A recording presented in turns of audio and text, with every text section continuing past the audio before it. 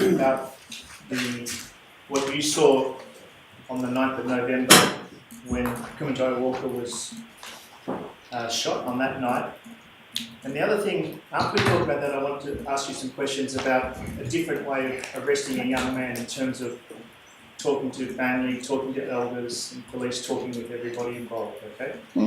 So can we just start with the 9th of November? You were in Yuendamu, this is 9th of November 2019, the night that Kumanjayi was shot. You were in Yuendamu that night? Yes. And can you tell Her Honour where you were and what you saw and heard? Yeah, I was at my home, just across the road from where it happened, incident happened, and because I waited for my duty on that night, for the night patrol job, as a respect for the funeral to finish. So you don't, when there's a funeral like there was on that day, normally you would not do night patrol that night? No, right? sometimes not, sometimes do, but like I said, it was my duty to do that job at that night. I waited for funeral to finish, and when I was at my house, I saw some police going across to their house, but the funeral wasn't finished yet. And then after that, there was one shot, and then there was second one, and there was also third one. And I was talking to my husband. I was saying, Chabungadi, something happened to your family, but I didn't know who it was, because I thought it was from my other cousin's son, because I knew that young fellow very well as well. When I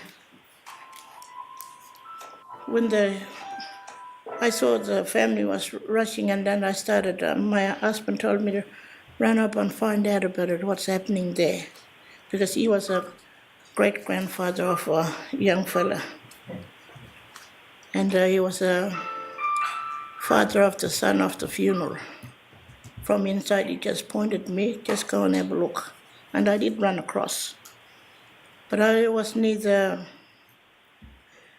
the power pole, and there was one of the young ladies running towards me, and just saying,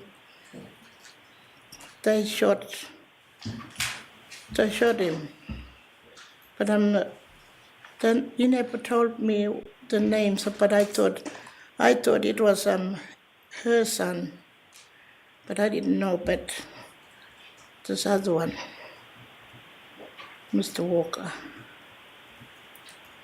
And then we both holding each other. Ever since that, we were standing outside.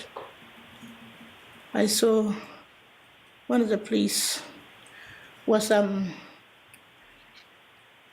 dragging that young fella just really roughly, like I seen something happen in like war zone that they're doing that, but in our own remote community it happened like this in front of our eyes. It's not so good.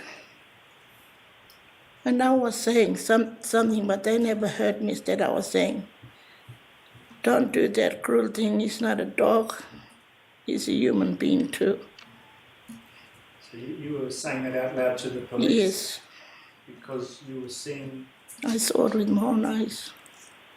And you saw Mr. Only Walker? the outside part, not inside.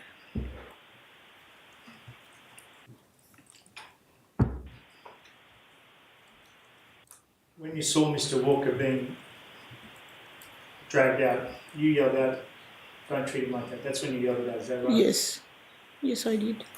Because you were so upset at what you were I seeing? was hurt and upset. Because we don't do our children like that. This is the first time this happened were different people going into our communities. Not a quiet policeman like that one. Not doing that because I didn't know he was my nephew as well. Because I was just only just going on my cousin's side, calling him as a great grandson. But from my father's side was my nephew.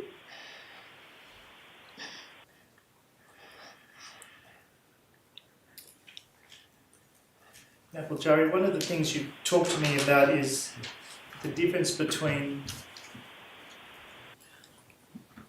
jumping fences and barging into a home, or just waiting out the front and talking. Can you just explain how important those two differences are to Her Honour?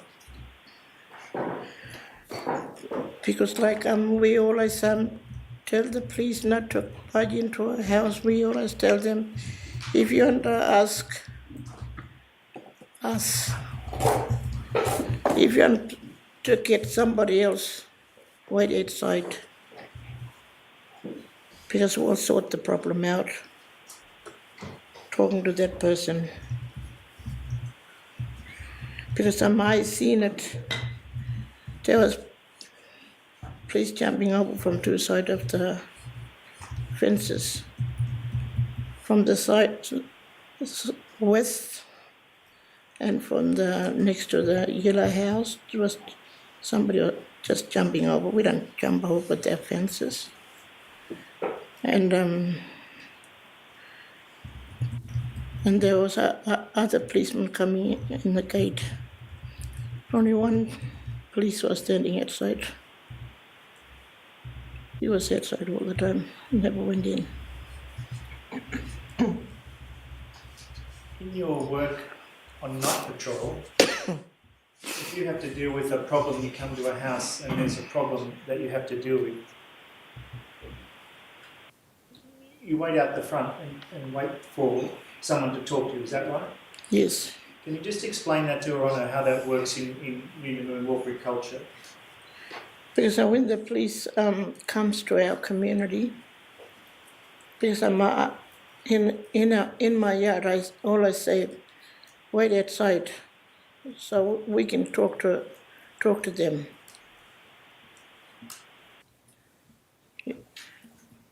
And we solve the problem and get the police and talk to them outside our yard, not inside.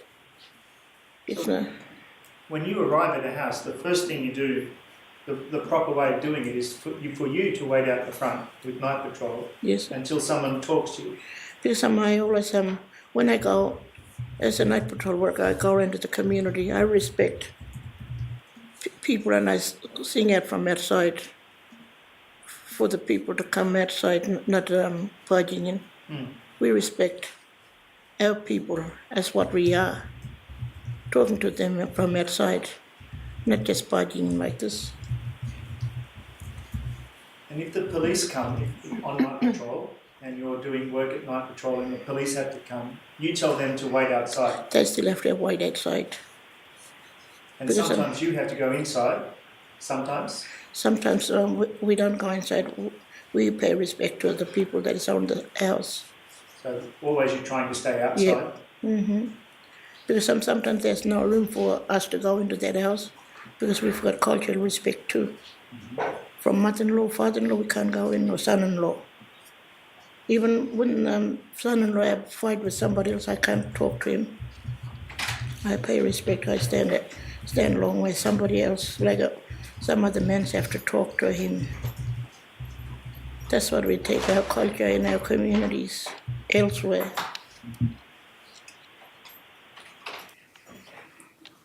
And on those times when there's serious trouble and the police have to come, when those times happen, you still say to the police, you stay at the front gate, you wait there, and then wait for us night patrol people to sort out the problem. Sometimes we're not around, they go straight in.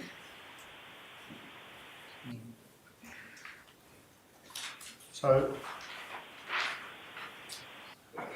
I want to ask you some questions now Napoljarri, because one of the most important things we have to talk about in court is to make sure that this kind of thing doesn't happen again.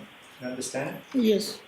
So what you've told me about in the past is a different way of solving this kind of problem. So if the police want to arrest a young man, let's say next week, you're working at Yundamu, you're on night patrol, and you know that the police want to arrest a young man, maybe he's got a warrant or something out for him. What are the ways that night patrol and the families can work to make sure that the arrest is peaceful and safe? Can you explain that to Her Honour? What would the police do in order to make sure it's peaceful and safe? Do they come and talk to night patrol? They need to come and talk to because there's about 3 organizations that work with our young people. It's like White Egg, Night Patrol, and mediation. And plus, main important is elders.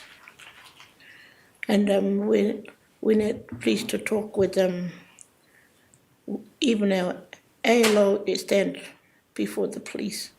They got to come through by our ALO first now this time. The ALO officers? Yes. Yeah.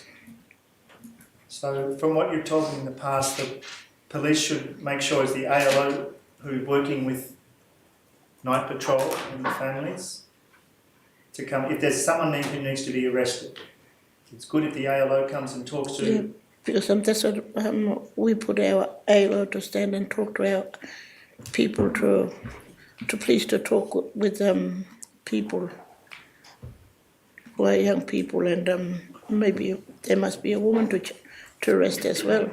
There can be ALO ladies or night patrollers there to talk to them, and also police can come after.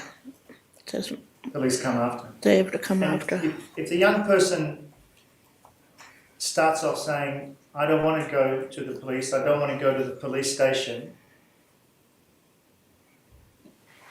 how do you solve that problem? You told me in the past about who would talk to the young person, how that would work. So just explain that to Her Honour.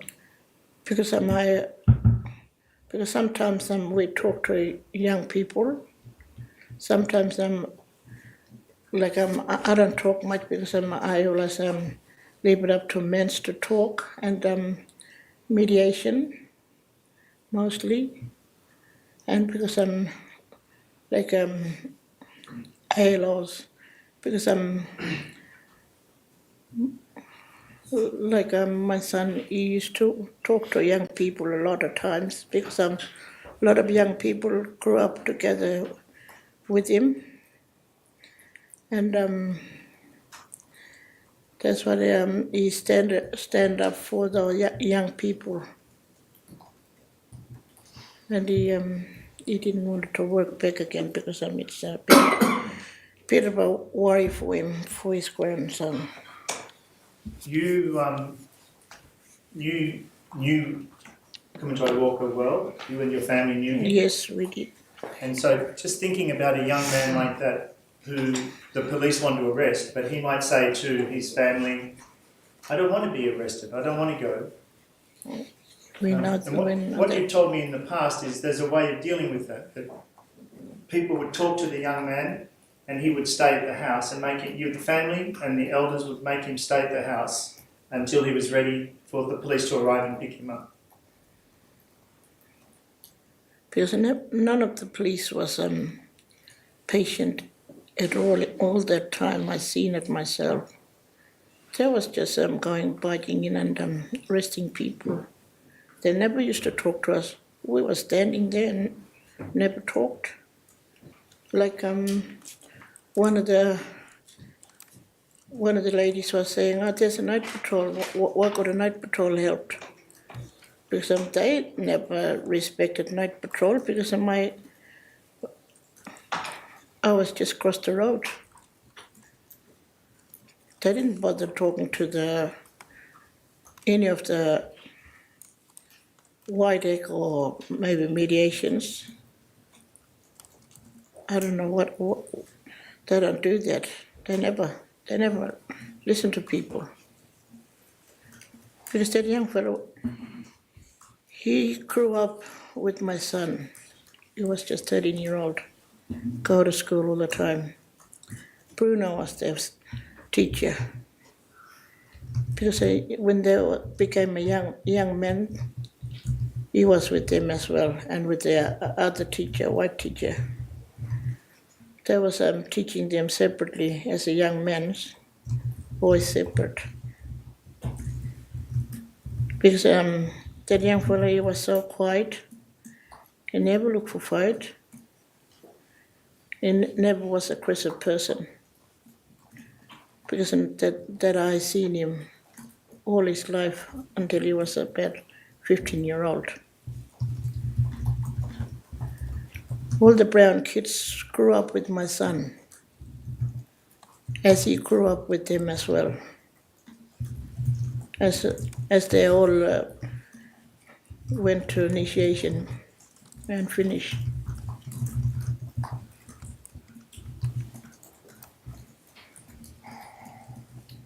Because he was the last one that my son took him to initiation, because as he was a grandfather, young grandfather. Your son was ALO, wasn't he? Yes, he was ALO. And did he take Kumanjayi down to the police station sometimes? No, because when he started ALO, he was in jail all the time, now that young fella. Yeah. So, now, Kumanjayi, as you know, one of the things we have to do, the lawyers have to do, is to write submissions for the coroner to try and make things better in the future. And from what you've told me, the better way to arrest a young man like Kumanjayi, and this could have happened back on 9th of November if it had been done the right way, on the 8th or the 10th of November, is just to be very patient and to talk. Yeah. Talk to night patrol, talk to family, and just be patient. Like I was trying to say, is like Derek could have been better for him, because he was like a family members always be there to talk to young people, and could have been my son, because when he used to get into mischiefs, like other kids teasing him, my son used to stop him all the time.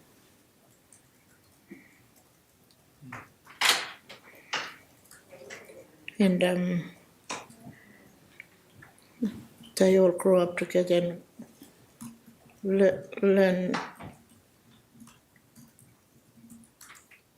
because after that, he never used to live in the community. A lot of times he used to go to another community, like Asbluff or Pupanyi, to his other families living there as well. That's why when he was a bit older, I never used to see him around much, because they used to, when he got into trouble and he moved away to another areas. But Mantheo was the first place that young people used to live, not only from Yundumi, it was from everywhere. Other communities as well. Yeah, other communities, because there was community from Tennant Creek, from Hermansburg as well. There was a lot of young people was there. There was well looked after, and because there was a lot of elders working there, and some younger workers, middle age. There was, yeah, as well. So Because sorry. Just my last question for you is what you've told me outside of court on other days is it's not a good idea, it's not respectful to try and arrest the young man on the day of the funeral sorry business. No. That was the wrong way to do things. Yeah, there's no respect. No respect. Yeah. But next time, or even, so I'll start that again, even for someone like the situation with Kumanjayi Walker, the right way is to just talk and be patient. Yeah, could have been talking to them. And you were across the road? Yeah. You were in the house across the road, night patrol? Yeah, because it, like language people talking to him and the family members and elders. And it might take a long time, but eventually you get the young fella to just wait until the police come. Is that the right way to do it? Would you believe what you're doing, Joe? Yeah. Yes. All right. Thank you. You'll be asked some questions by some of the other lawyers now. Brief questions. Ms Moreau. Thank you, Your Honour. Napajari, thank you for speaking about these difficult events. My name is Paula Moreau. I appear for the Brown family, and I'm going to try and limit my questions for you to not be too long. We need to finish at 2:30, so we've got time for our next witness. Can I ask you, after you saw what you've already described and you were very upset, did you stay in your house that evening then? Or did you end up going out on night patrol that night? No. Yes. So you stayed home. Yeah, Were you able to I sleep? stayed home. Were you able to sleep? No, I didn't. No. Did Charmaine come and see you a couple of hours later at your home? He came round before 9 o'clock. Yes. That's when we had this we respected our culture by feeling that what's happening in that day was really cold wind coming in, and we respected that he left us on that day and that night and that time. I told Charmaine he's already left. You believed that? Yeah. From what you had seen? Yeah. Okay. And what she felt. Thank you, Your Honour. Everybody felt that. Not only me, it was all the community, because they knew the culture that every cold wind comes, that's saying that's mean we're losing someone else. And did you have that news confirmed to you the next day? No, at night. No. During the night? No, my son. She's saying at night her son told her. Yeah, okay. All right. Did you see lots of police in the community the next day and for the next day? Yes. Yes. And how did you feel when you saw police with... Angry. Yeah. Did you see them with long arm guns outside Yes. the Red House? At Margaret Brown's house, I mean. Yes. Yes. And for how many days do you remember seeing more police in the community? Nearly about couple of days, I think. Mm-hmm. And did you try to speak to the police at any time when they were in the community over the following days? No. No. You said you felt angry. Yeah. Did you want to expand on the other feelings that you had at that time? Because I'm losing a loved one is feelings that is deeply really saddened inside our soul. That's why we can't talk to anybody.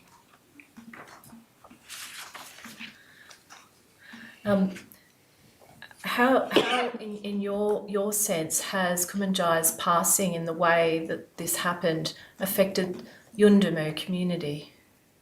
It affected really bad for all of the community. Mm.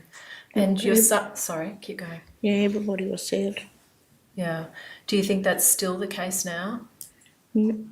Yes, it is still. And what about your son and grandsons that were closer to him in age? How do you think that has impacted them to your observation? He dreamed of working as police and he was staying with ALO a lot. But he had that deep sorriness inside him and he stopped working ALO. I see. This is your son? Yes. And that was because of what happened, was it? Yeah. I see. And has he gone back to working as an ALO or still not? No.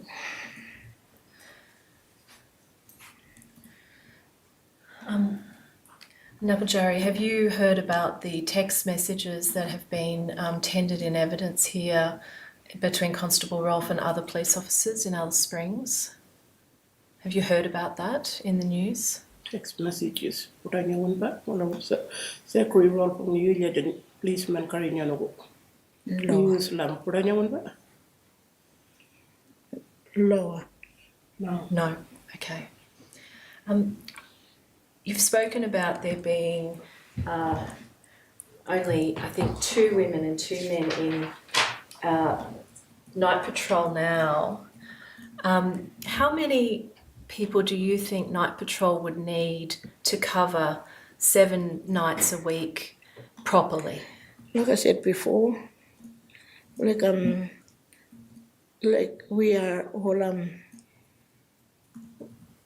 4 ladies working, probably 8 now because but they work each 3 nights a day, men and women.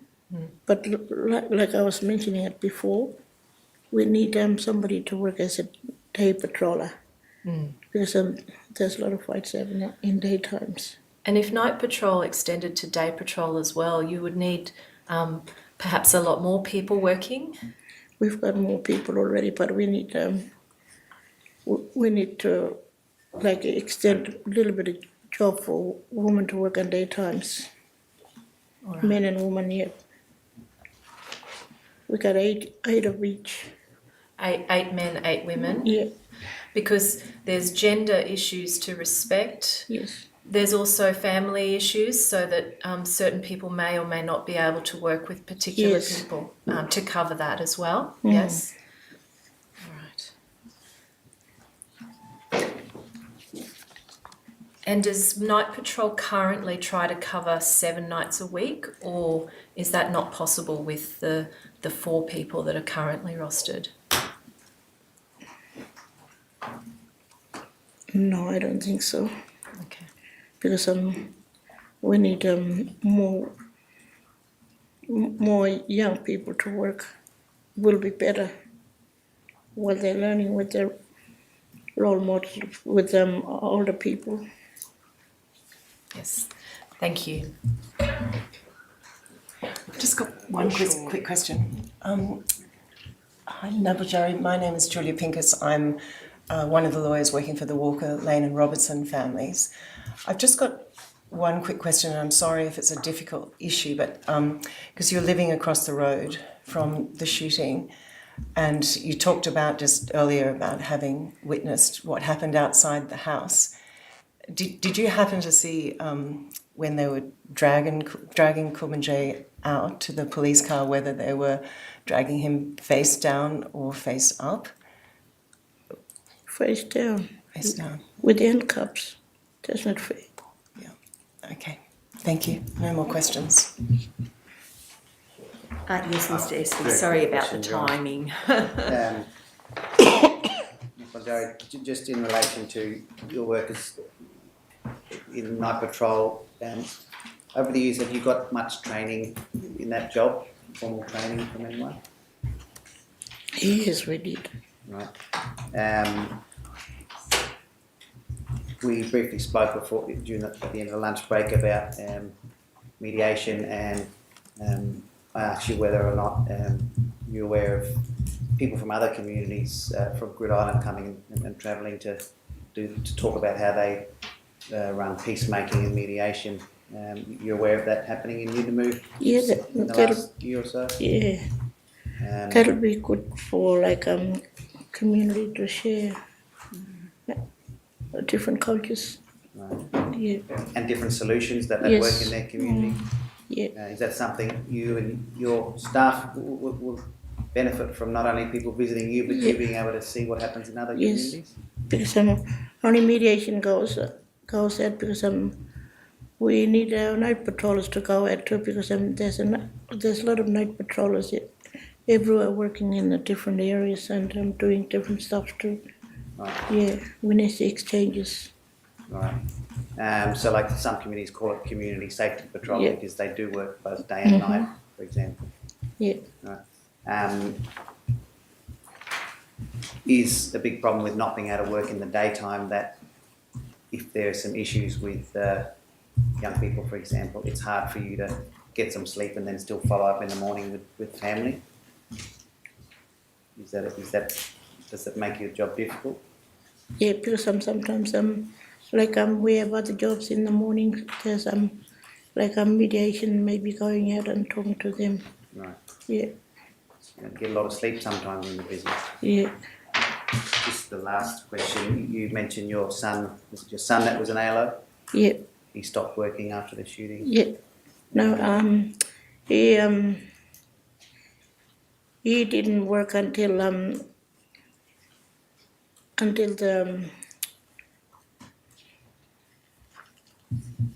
when they had their court up in Darwin. He waited until that to finish, and then he started the ALO. Are you aware of whether anyone from the police spoke to him about why he wasn't coming to work or checked on how he was feeling? No, I don't think so. You don't think so? Yeah. Thank you. No further questions. Your son, who's the ALO, what's his name? His name is Asaya Fisher. Thank you. Anything? Just briefly from there, Your Honour. Yes. I just got one question about something that you explain in your statement at paragraph 40, which is really interesting, Napajari. You say this: police are good at the moment and are working together with community. Police are now more aware of not using their weapons, like pepper spray or tasers. They have settled down a bit. The Sergeant Annie has really controlled police officers and has helped Aboriginal liaison officers to work together with the night patrol. Yes. The coroner has heard from Sergeant Annie, and we saw her in Yuendamu, and she gave evidence that she really cares about the community and she's trying to work with the community. What do you think of her? It's the same. Yeah, because I work with her. I work with her a lot of times. And does she seem to care about night patrol? She helps night patrol or nothing? She do work with night patrols. And you said something about your son Isaiah here. You said that he's working as an ALO and he originally wanted to be a police officer, but he chose to be an Aboriginal liaison officer because he thought he could do more in that role. Yes, Is that because right? yes, because he was a youngest night patroller working with us. Yeah, and he continued working as a ALO. But So- I didn't know what worries him too much, and that's why he stopped. Yeah, So is he back working there now as an ALO or not yet? no, Nothing. But he learnt some good things from you working in the night patrol. Is that right? yes. Thank you very much. Nothing else.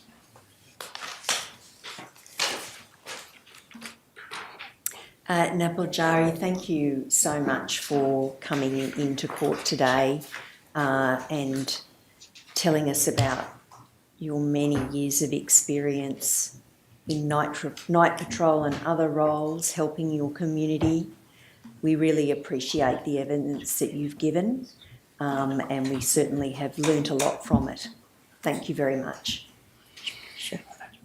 Thank you. Your name?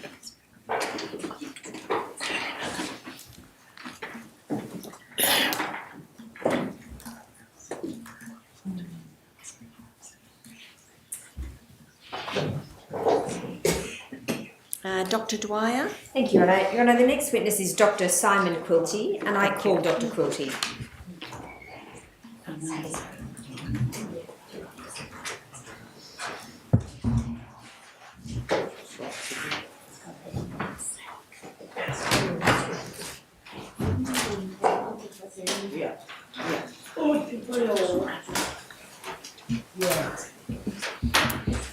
Dr. Quilty, before you give your evidence today, and thank you for waiting patiently and making yourself available, do you promise to tell the truth to the court? I promise. Thank you.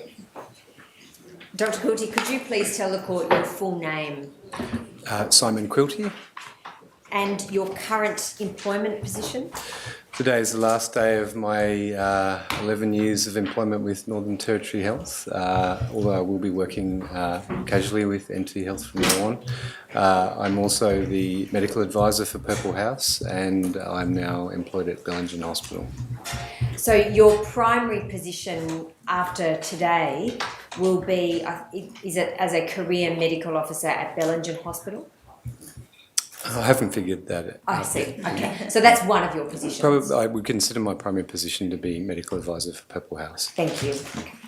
Before I ask you a little bit more of your background, particularly because those listening would really like to understand it, I know that you've provided Her Honour with a statement dated the 26th of November 2022, a significant number of articles as well, and your curriculum vitae, is that right? That's correct.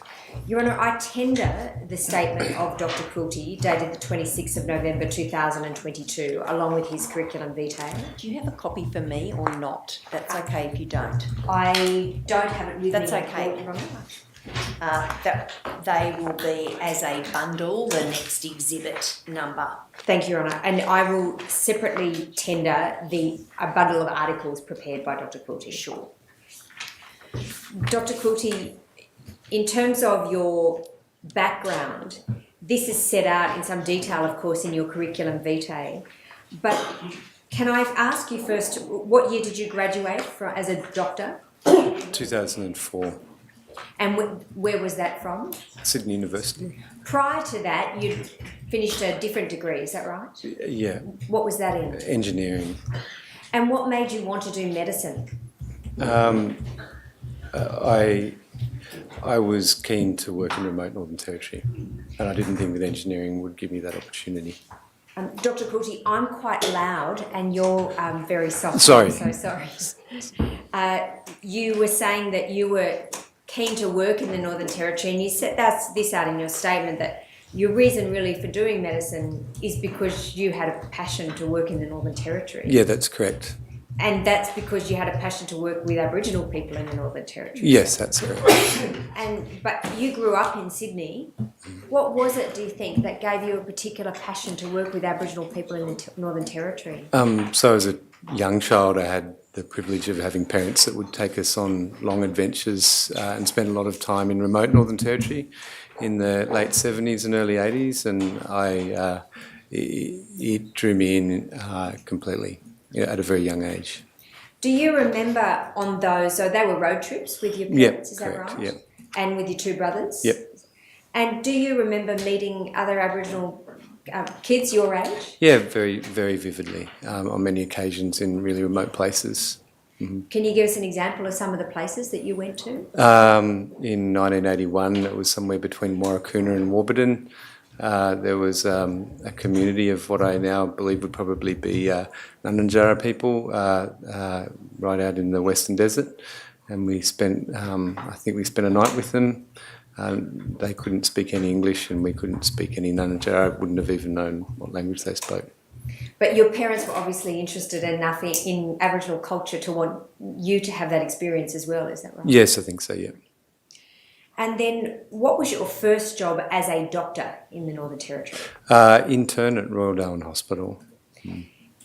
Just before I ask you then about your career in terms of your actual clinical role, you've also done a degree in addition to your medical degree in public health administration. In public health, that's in right. Public yeah. health. So just so that the rest of us who aren't doctors understand that, what sort of things do you study in public health? I guess the underlying factors that allow a society to maintain health and to thrive in every dimension. So one of the things I'm going to ask you about this afternoon is a passion you have for better housing for Aboriginal people in the Territory. Is that included within the discussions of public health? I think in public health there's a presumption in Australia that everybody has reasonable access to a good house or a home, and I think that public health would consider that to be foundational, and often it's overlooked because it's not present. It's an area that you feel passionate about, is that Yes, right? correct, yeah. And you have provided an outline in your statement of the ways in which you think the current housing situation in the Northern Territory for Aboriginal people contributes to some poor health outcomes. Is that Yes, right? that's correct. And when I'm asking you there about poor health outcomes, does that include physical health and mental health? Both, yes.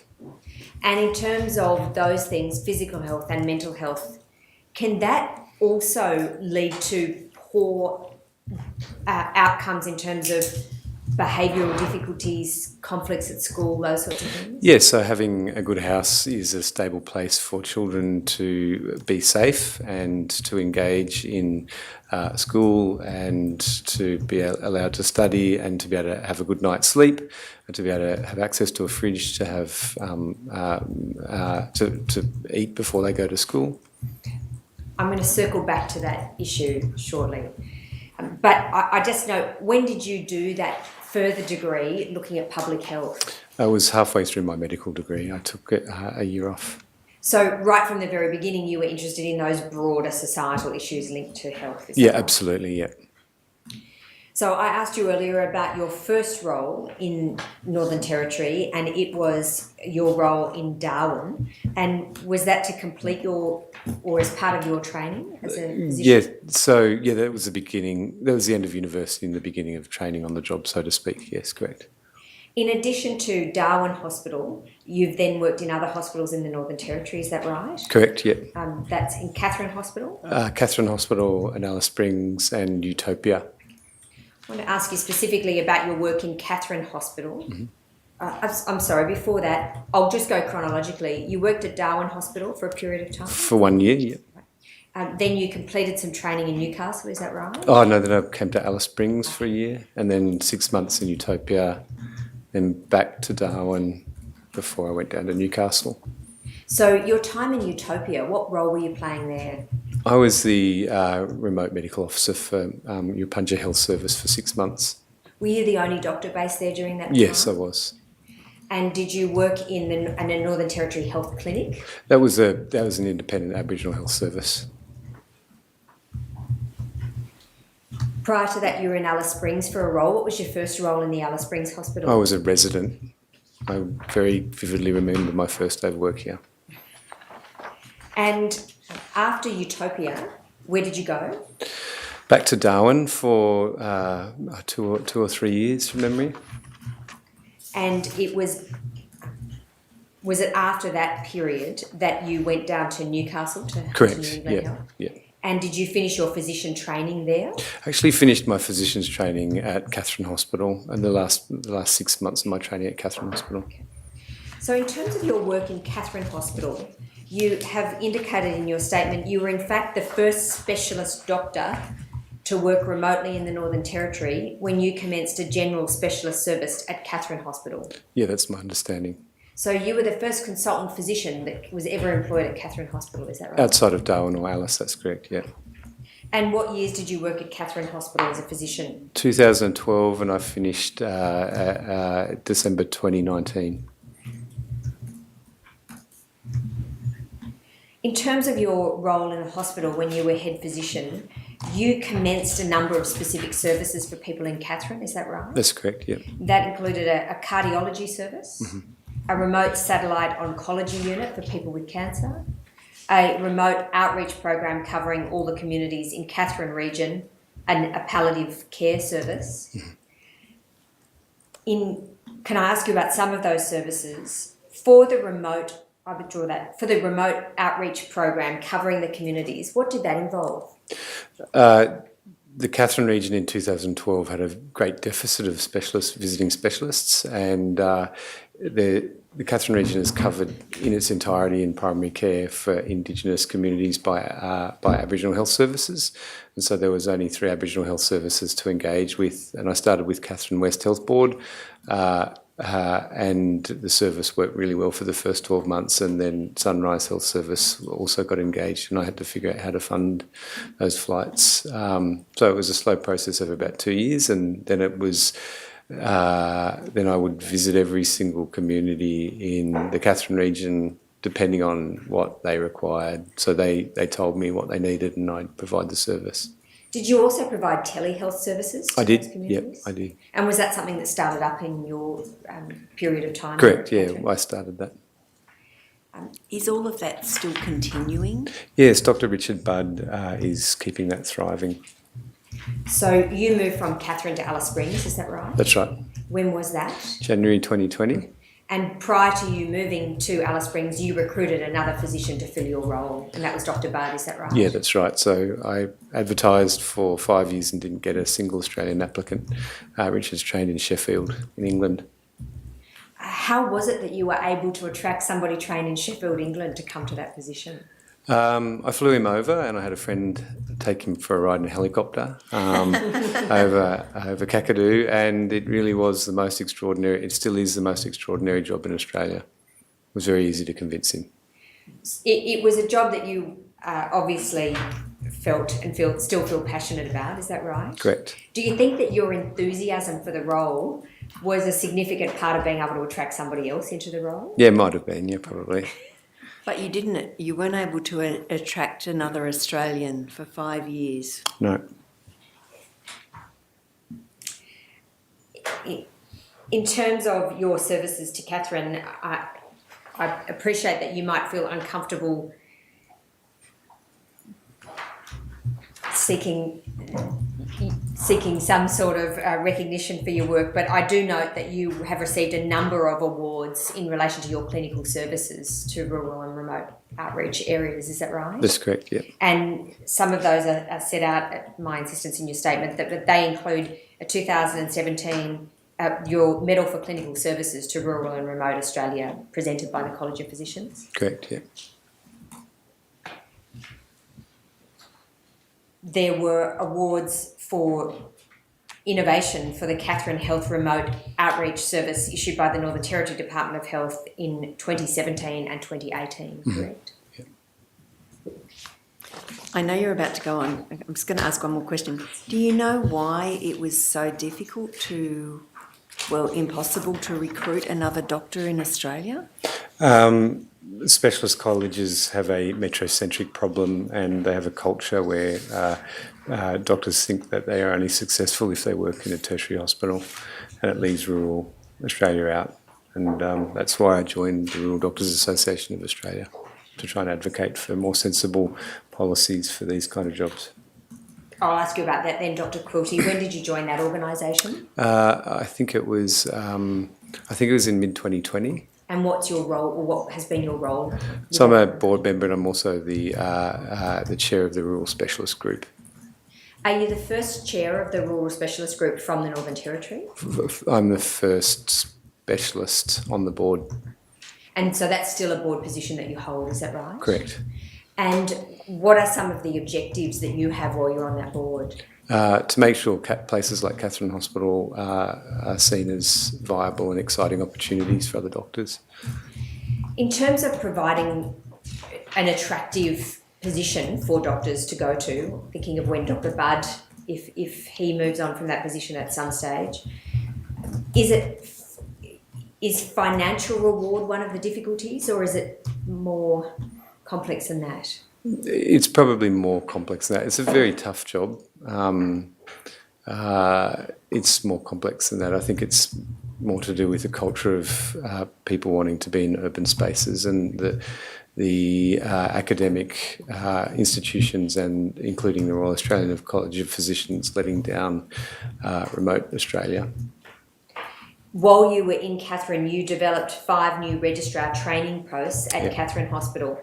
Can registrars do their training absent a physician? No, you have to have a physician there. So is it the case that that role of a specialist physician is really important in terms of attracting other staff underneath them? Absolutely. So the first Australian trained physician to work there was someone that I trained at Katherine Hospital. And how long were you able to keep that person for? Oh, he's returned just recently. So he was a junior registrar. Now he's working part-time in Katherine. So that's another benefit, is it, I suppose, of being able Absolutely. to do your training there? Yeah, absolutely, because people see that, well, firstly, they know how to operate in a really complex environment, and they realise that they have the capacity to do it, and they also realise it's probably one of the most rewarding jobs that you can do, to spend time in a town like Katherine and really contribute. So before we move on then to some of the other substantive issues, and noting that this transcript will be available for doctors and trainee doctors to listen to, what are some of the things that you would say to people thinking about a career in the Northern Territory Health? It's incredibly rewarding and extremely enriching, and I have received much more than I've given. In terms of your role there, you commenced the cardiology service. Prior to the cardiology service in Katherine, were people in Katherine and surrounding areas having to go up to Darwin for their cardiology? Yeah, so it wasn't a comprehensive cardiology service. It was just echocardiography with a general physician.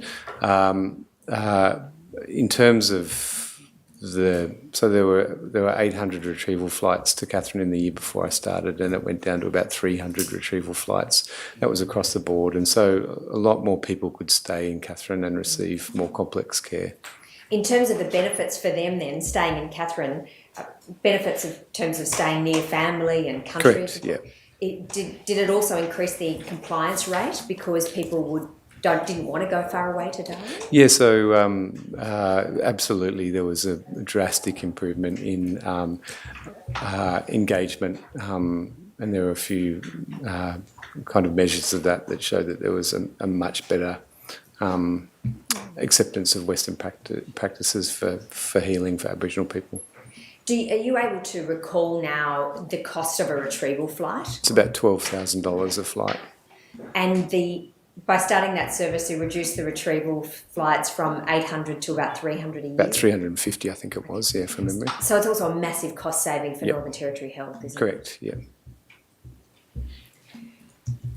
Can I come then to your work in Alice Springs? You moved to Alice Springs with your family and took on a role here. What was your role when you first came down? I came down here, I was employed as a senior staff specialist and as the Director of Physician Education here at Alice Springs Hospital. When did you, well, in that role, were you visiting any of the more remote communities?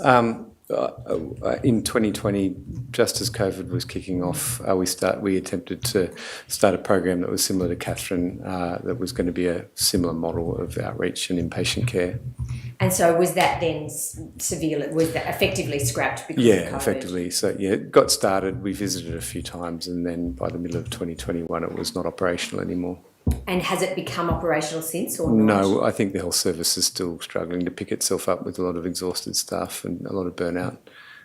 So what was the objective for that service then if we hadn't had COVID? To provide more culturally appropriate care. I think it really helps to fly out to the communities to recognise how challenging life can be for people living in remote communities. So it's good for the doctors, but it's much better for the communities. It also makes the GPs in those communities have a physical connection with someone that they get to know, it allows people not to have to fly in or drive in or catch a bus in to Alice Springs for more complex treatment. And obviously all of that is also very cost saving. So it would have allowed for a physician like yourself to provide specialist care to a community like Yuendamu. Correct, yeah. And that the benefits to the patients are obvious, but also benefits to a doctor like Dr. Amy Rosser, who's then getting some specialist expertise. Yes, and developing a relationship with someone who she knows now who works inside the hospital. Can you tell us whether or not there is any telehealth to those communities that you're aware of? There is telehealth, yep. but obviously if being able to fly in and stay in the community for a period of time means you develop relationships with both staff and patients. Yes, and telehealth has also got the vexing problem of other private providers wanting to do their good work in the bush, and so it's also. I think you can only have telehealth if you actually visit that community regularly. You can't completely replace it. And this, I think I know the answer to this, but why is it that it's important to visit the community if you want then telehealth to be successful? You have to be there. Telehealth, the interface isn't personal enough. It's good when you're meeting somebody for a second or third time. It saves both of you from travelling, but the physical presence is necessary. One of the questions that you were asked in your statement was your observations of the significance of community control in effectively running health clinics. And I think you said earlier, in terms of your work in Catherine, the health clinics were controlled by community. Is that right? Correct. All of it. I didn't realise that there were still government-controlled clinics until I got down here. And you make a point of saying that there are some very good government-controlled clinics, but you still see overall there is more benefit in community control. Why is that? That's a complex question, but as I set out in my statement, most of the upper people that I look after and Anangal people, most of them still have very strongly held beliefs in healing. They criticise Western medicine for lack of spiritual healing, and they have no intention of giving up their beliefs about what made them unwell and how they can cure it. And so the way that Western medicine is interfaced with the community, if the clinic is run by people that are not sensitive to it, then it's run in a way that doesn't provide what's needed, and it can drive big wedges between the community and the clinic staff. And given your years of experience in more remote communities and in the two hospitals, do you see the best health outcomes come from having the two systems work side by side? In terms of Western medicine, and absolutely, it's the only way to do it. It's not just non-Indigenous people that feel sceptical about Western medicine, but definitely, for Yapa people, these ideas of healing and wellness and treatment are many tens of thousands of years old, and I would hate to contribute to any kind of demise of that amazing knowledge of wellness that is otherworldly to us. They can only work side by side, I think. And have you, in terms of your work in community, you have obviously had an opportunity to see traditional healing take place for some patients, is yes, that right? Correct, yeah. And have you yourself as a Western doctor been impressed and moved yourself by the way in which those healing practices operate? Yes, absolutely, completely. What do you think enabled you to gain that or to understand the importance of those practices?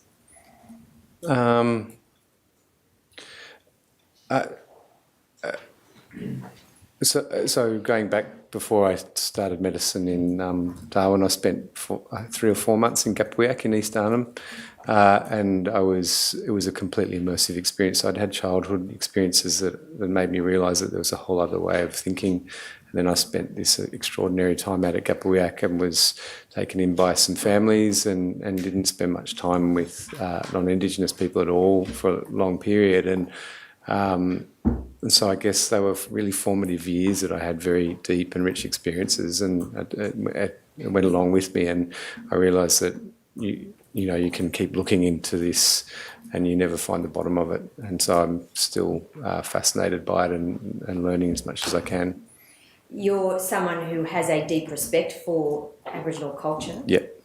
Have you learnt any languages in the different areas that you've worked? So I left Gapuiak in 2000, being able to understand and speak not so well.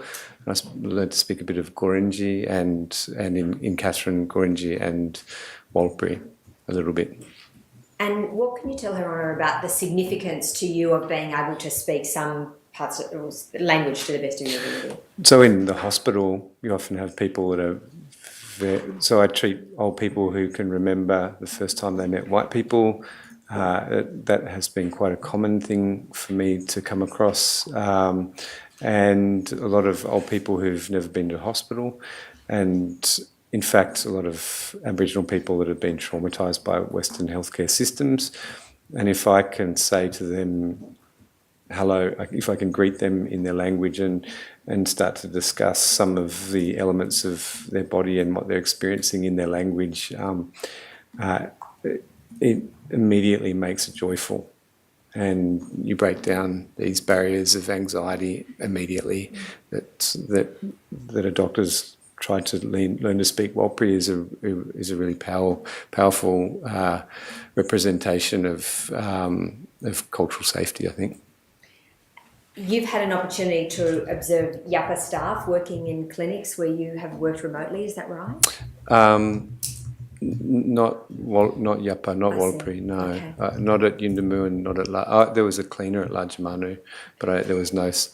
in Purple House I have, yes. I'll come back to that then. Could I start with Catherine? When you visited communities that were, clinics that were community controlled, yep. Were there First Nation staff? Aboriginal staff? Yes, in more than half, I'd say, yeah. Okay. And were they working, in terms of the jobs that they did that include clinics, nurses? Occasionally nurses, usually Aboriginal health practitioners, and particularly Barunga and Kalkarinji. What was the significance to you as a doctor of working alongside Aboriginal health practitioners and nurses? It immediately meant that the community had embraced the clinic. So there were some clinics, for instance, Nooka Clinic, which is built across a songline and on an old cemetery, and people were just not safe with the architectural position of that or the geographical position of that clinic.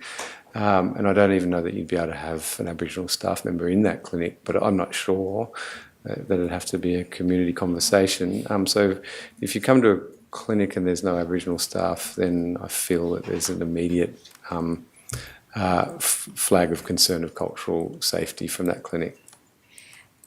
Coming down then to the Central Desert communities, you've had an experience of working in Lajamanu, is that right? Yes, I visited Lajamanu a lot, and I've spent time out there socially and as part of the emergency response to the coronavirus in 2021. And was the clinic, or is the clinic community controlled in Yes, Lajamanu? it is, yep. And have you visited the clinic in Yundamu? Yes, I have. Over what period of time? So Lajamanu from about 2013, I think, or perhaps 2014 through to 2019, and then in 2021. And Yundamu Clinic was just 2020 and perhaps the beginning of 2021, I think. So can I start with Lajamanu? Were you working alongside Aboriginal health workers in Lajamanu? There weren't, but there were liaison officers and there were other staff within the building, and it had a lovely flow. There were no locked doors from memory, and it felt like it belonged to the community. And does that feeling, no locked doors, it belonged to the community, having the Aboriginal staff there, does that contribute to positive health outcomes? Yeah, well, there was even the design of the building. They had a men's waiting space and a women's waiting space that was separated, and it was taken quite seriously. Absolutely, people just were quite visibly safe coming in. I was a doctor visiting their clinic. And did you, I appreciate that was quite a period of time, from 2014 to 2019 and in 2021, did it appear to you to be a place that the community wanted to go to, as in yes. felt happy to go to, apart from the fact that they were unwell and needed help? Yeah, look, I don't think every aspect of Western care in a clinic can be perfectly right for Yappa people, but I think that it did a very good job. Your experiences in Yundamu were in 2020 and 2021, is that right? That's correct, yeah. And so was that while COVID was operating in that community then? So no, that was the beginning of the outreach service. That was before the pandemic had reached. I see. And then I was back there for a week with Purple House when the pandemic arrived in Yundamu. We understand that Yundamu is a clinic which is controlled by the Northern Territory Government. It's a government-run clinic. And do you see a difference, firstly, in architecture between Lajamanu and Yundamu? Yes, So I visited and did about 3 clinics. When you start a service, it takes a while for the GP to get to know you, but the architecture was immediately oppressive. In what way? It looked like a jail. And did you work alongside Aboriginal health staff in Yuendamu? I think there might have been somebody at reception there, but I can't recall. Did you notice a difference in the numbers of Aboriginal health staff compared, and I'm talking about proportionally to the population, in Lajamanu versus Yuendamu? It was very different. In what way? There was just less Yapa people present inside the clinic. And what were your observations of that in terms, I appreciate you're not a Yapa person, but in terms of your perception of it as a Western doctor, was that something that you were concerned about? So I chose Yuendamu Clinic because I had learnt to speak a bit of Warlpiri, and I knew I'd have connections between Yuendamu and Lajamanu that would facilitate better relationships both ways, and a richer experience for me and for the people of Yuendamu that I spoke a bit of Warlpiri. And I was very surprised when I got to Yuendamu Clinic at how different it was, how architecturally different it was, and how culturally different the clinical care that was provided from there was. You visited, I think, on 3 occasions, is that right? Yeah, 2 or 3 or maybe 4 occasions. I can't remember quite how many. And you would have continued to do that had COVID not intervened, is that right? Yep. Did you have some ideas for Yuendamu? Yes, so I have also visited some government-controlled primary care clinics that are fantastic. So partly it was post the police shooting in Yuendamu, and I presume that shaped some of the tensions. But I also think the problem with the government-controlled clinics is that there is no community voice when things aren't going well. And so the community cannot possibly have any say if there's a problem with the culturally safe provision of care from that service. They don't have a voice. Were you aware of any advisory committee that was operating to assist Yuendamu Clinic when you were there? No, I wasn't. In terms of the existing architecture, this court hasn't seen Lajamanu by comparison. Is there a way of adapting the existing clinic to make it more accessible, do you think? Or is it a total rebuild? Look, I'd have to bow to the opinion of the community. Sure. So the starting point would be to consult with the community about whether they feel culturally safe there, and if not, what can be done about Yep, that. correct. Can I ask you about your work with Purple House? Firstly, can you tell us what is Purple House? Purple House is a Pinterby-led organisation with a remote dialysis service. We provide dialysis to 19 remote communities. It started in Kintor with the Papanya Chula Arts Movements in 2001, who raised the funding and the ambition to try and dialyse some senior Pinterby elders back home. The importance of being at home was that they were the holders of cultural knowledge that needed to be handed down to the next people, and they were vitally important people to be in that community, and they wanted to be in that community, and they had the resources to be able to do that through the sale of their art. And so in 2004, they commenced dialysing in the back room of the clinic in Kintor, and the clinic itself was Aboriginal controlled, and it has grown from there. Before dialysis was provided by Purple House, did people have to come into a major centre like Alice Springs or Darwin? Yes, that's right. And how often do people have to be on dialysis? On average, you have to go 3 days a week, Monday, Wednesday, Friday, or Tuesday, Thursday, Saturday, for 4 to 5 hours each time. So did it mean in effect that unless the service was, until Purple House came along, those elders and others on dialysis would have to move into the major centres. Yes, that's right. And away from the country. Correct, yep. And you explained this in your statement, but that resulted in a severing of some very important cultural ties. Very important, yep. And really interfered with the way in which those elders could pass on their cultural knowledge to others. That's right, yep. And is it the case that in fact there's some young people who have to go on dialysis? Absolutely there is, yep. So Purple House is now, it started in Kintore, it's now spreading to 19 communities, including in Yundamu, is that Yep, right? correct, yeah. And have you visited Yundamu, the clinic there? Yes, I have, yeah. And Her Honour had the opportunity to visit the Yundamu clinic and will note for herself the architecture there. And is that similar style of architecture that you've seen for Purple House buildings in different communities? Yeah, so every community has its own unique building, built within the constraints of costs and the clinical need to provide dialysis. They are infrastructurally really quite challenging because there's a lot of plumbing and other technical work that needs to go behind the machines, but they are all built by the community for the community, with a lot of community say into how they look and operate, with a strong desire to be open. However, that's not always the case. A lot of people on dialysis like to shut the windows and go to sleep whilst they're on the machine as well. And you're a passionate advocate for Purple House, is that fair? That's fair, yeah. Okay. And in terms of the way in which Purple House work with the community, what makes Purple House so successful in terms of being appreciated by the community and... So Irene Nungler is a chair of our board, and we have a very powerful board. They govern with the assistance of lots of people that help form the governance structure that works between Anangu and Kardia.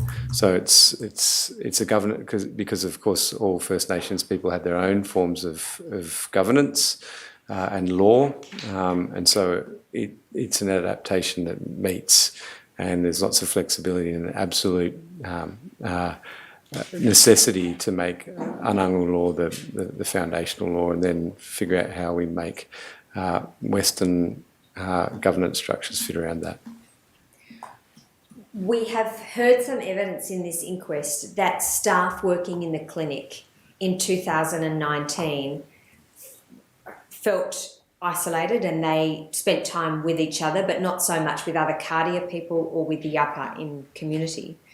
Can I go back to your time in Utopia?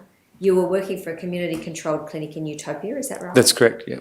And were you there with your partner at the time? Yes, I was, yeah. And did you feel that you were a part of that community of Utopia? Yeah, absolutely. We had people that checked in on us. I still have a lot of friends from Utopia.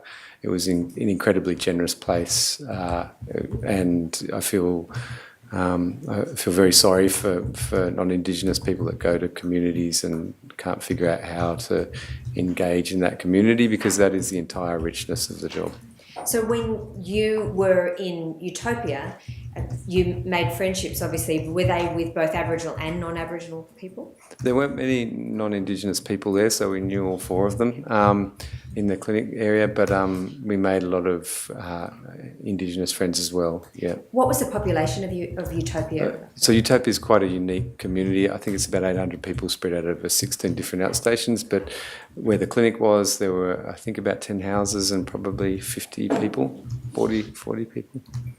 And when you were in Utopia for that period, was there any issue in terms of break-ins to the houses owned by or who the clinic staff were? No, but the kids from the neighbouring community would drive their parents' van down to visit us, and there'd be a van with a 10-year-old driver turn up, and they'd come and have lunch with us, and they'd drive home, which was unusual but a lot of fun. And there was never, ever a threat of break-ins.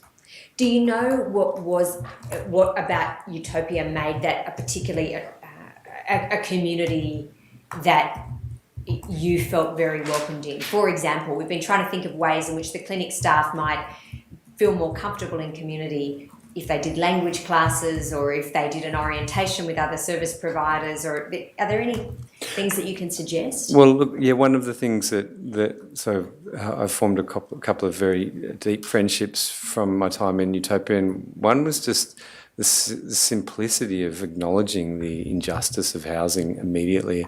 I turned up and my partner and I were given an architecturally designed, really pretty 3-bedroom house that was fully equipped with an air conditioner. We didn't have to pay any power because I was a doctor. I was on a great wage. And my neighbour lived in a tin shed with no insulation. It was probably 4 metres by 5 metres, no internal walls and no insulation whatsoever, and a tap and one single electrical point. And he had his wife and 5 kids in that building, and I immediately felt incredibly uncomfortable about the injustice there, and I talked to him about it, and I apologised and told him that I would work to try and resolve that situation. And so I think just acknowledging the elephant in the room, people feel relieved that you've noticed what they know all along. And it's, you know, it's like every single remote community in the Northern Territory, this injustice of going out there and getting paid more than anybody else in the community and getting a house with free power and free water and free everything and free trips and 3 months off a year, and then the local staff don't get any of those benefits. There's no justice in it. In terms of advocating for local staff, you feel passionately about ensuring that Aboriginal staff members are properly compensated for their expertise. Absolutely, yes. And have you worked alongside Aboriginal people who perform a very important role in interpreting for patients? Alice Springs Hospital has an extraordinary interpreters ALO service. I would say it is the best in Australia. There's about 12 Aboriginal liaison officers that represent all language groups, and they are incredibly important to the success of Alice Springs Hospital. And are they paid the same wage as an interpreter would be? Do you know? They're some of the lowest paid staff in the hospital. Do you know why that is? I have asked the question and haven't received an answer. We, if everyone is interested in that, we can ask further questions. But just in terms of your opinion, your belief is that it is important for them and for the hospital to ensure that they are better compensated. From what I've observed, they resolve many issues and they make people feel safe. Alice Springs Hospital is a really good hospital. People do genuinely feel safe. I've worked in other hospitals in the Northern Territory where people don't feel that safe, and it's in large part because they know the interpreters are always there, and the interpreters go and visit every patient every day and check in on them and make sure that us non-Indigenous staff who are working there are aware of any issues that we might have not recognised. Can I come to then the final broad topic I wanted to ask you about, which is to go back to that issue about health and housing inequality. You set this out in some detail in your statement, but you provide an opinion that the remote Northern Territory, in your observations, has some of the poorest living standards in Australia, and that's based on your research in that area as well as your observations of the housing. Is that right? Correct, yeah. You provided this statistic that Yuendamu is the 47th poorest of the 13,691 suburbs in Australia. There are 35 remote communities in the Northern Territory that are poorer than Yuendamu. There are 892 people in Yuendamu living there, only 4 men and 14 women over the age of 65. And there are 338 young people and children. Do those statistics show, once again, the gap between the life expectancy of Aboriginal people compared to non-Aboriginal people? Knowing this space really well, I mean, those statistics do, but I still don't think that most people that I know that work in the space of healthcare appreciate how impoverished remote living people actually are from a Western point of view. And I really want to canvass this as well by saying that I go to these remote communities and I always am amazed at the joy and the cultural richness. And I feel like when they come and visit me, they feel sorry for my cultural poverty, but I don't have Western material poverty. So I don't want to paint these places as places of sadness. In fact, they're places of happiness, but Western poverty is extreme. One of the issues we heard about from Mr. Wilson this morning in court was the overcrowding in territory houses. Is that something that you observed as a doctor? Yeah, so in my statement, one of the crystallising events for me, it's hard to believe that some of the stuff you see is real, but I was in Lajamanu for the pandemic outbreak, which is a complex thing, and I had to go door to door, and I knew a lot of the Walpri people there, and it was a static moment where everyone was in their house, so I could see how many people were in the house because we counted the number of swabs. There were 2 houses that had 25 people in each house, and the average number of people per house was about 13 for Indigenous houses and about 1.5 for non-Indigenous houses. What is the impact of that level of overcrowding on physical health conditions? And then I'll ask you about mental health conditions. Well, I mean, I think if you have a party in your own house and you have 25 people over, you try and clean up afterwards and you think, I'll wait a few months before I have another party. To have it day after day after day after, and in recognising that for a lot of these people, you know, people that I know in a town like Lajamanu who started living off in tents before the first houses were built, there's a very different mindset about what Western housing is for those people because they've never really experienced anything different. I know a lot of my friends who've never been to dinner at any other non-Indigenous person's house except mine, and so they don't know what's inside our houses, just as we don't know what's inside their houses. It is very hard to imagine on a 47-degree day where it's about 70% humid in Lajamanu, what the inside of those houses is like. It is horrific. I'll go there now. In terms of the structural design that you've seen, Your Honours, obviously had an opportunity to see the houses in Yundamu. Are the houses in Yundamu similar to the houses in Lajamanu? That I'm talking about Yucca houses. I think that the more remote you are, the worse they get. I think the houses in Lajamanu are probably worse. And what impact does that level of overcrowding and the design of the house perhaps have on chronic diseases? So the design of the house firstly needs to be thermally clever, and none of them are. Even the brand new houses are thermally moronic. I don't know who is designing them or why they are doing it. But brand new houses that don't have appropriate eaves, that are built of Besser brick structures that heat up when the sun hits the walls, they're painted the wrong colour so that they absorb the heat. I really cannot fathom how these mistakes are being made by Northern Territory Department of Housing in their design. There is no design. The design of the houses is getting worse with time, not better.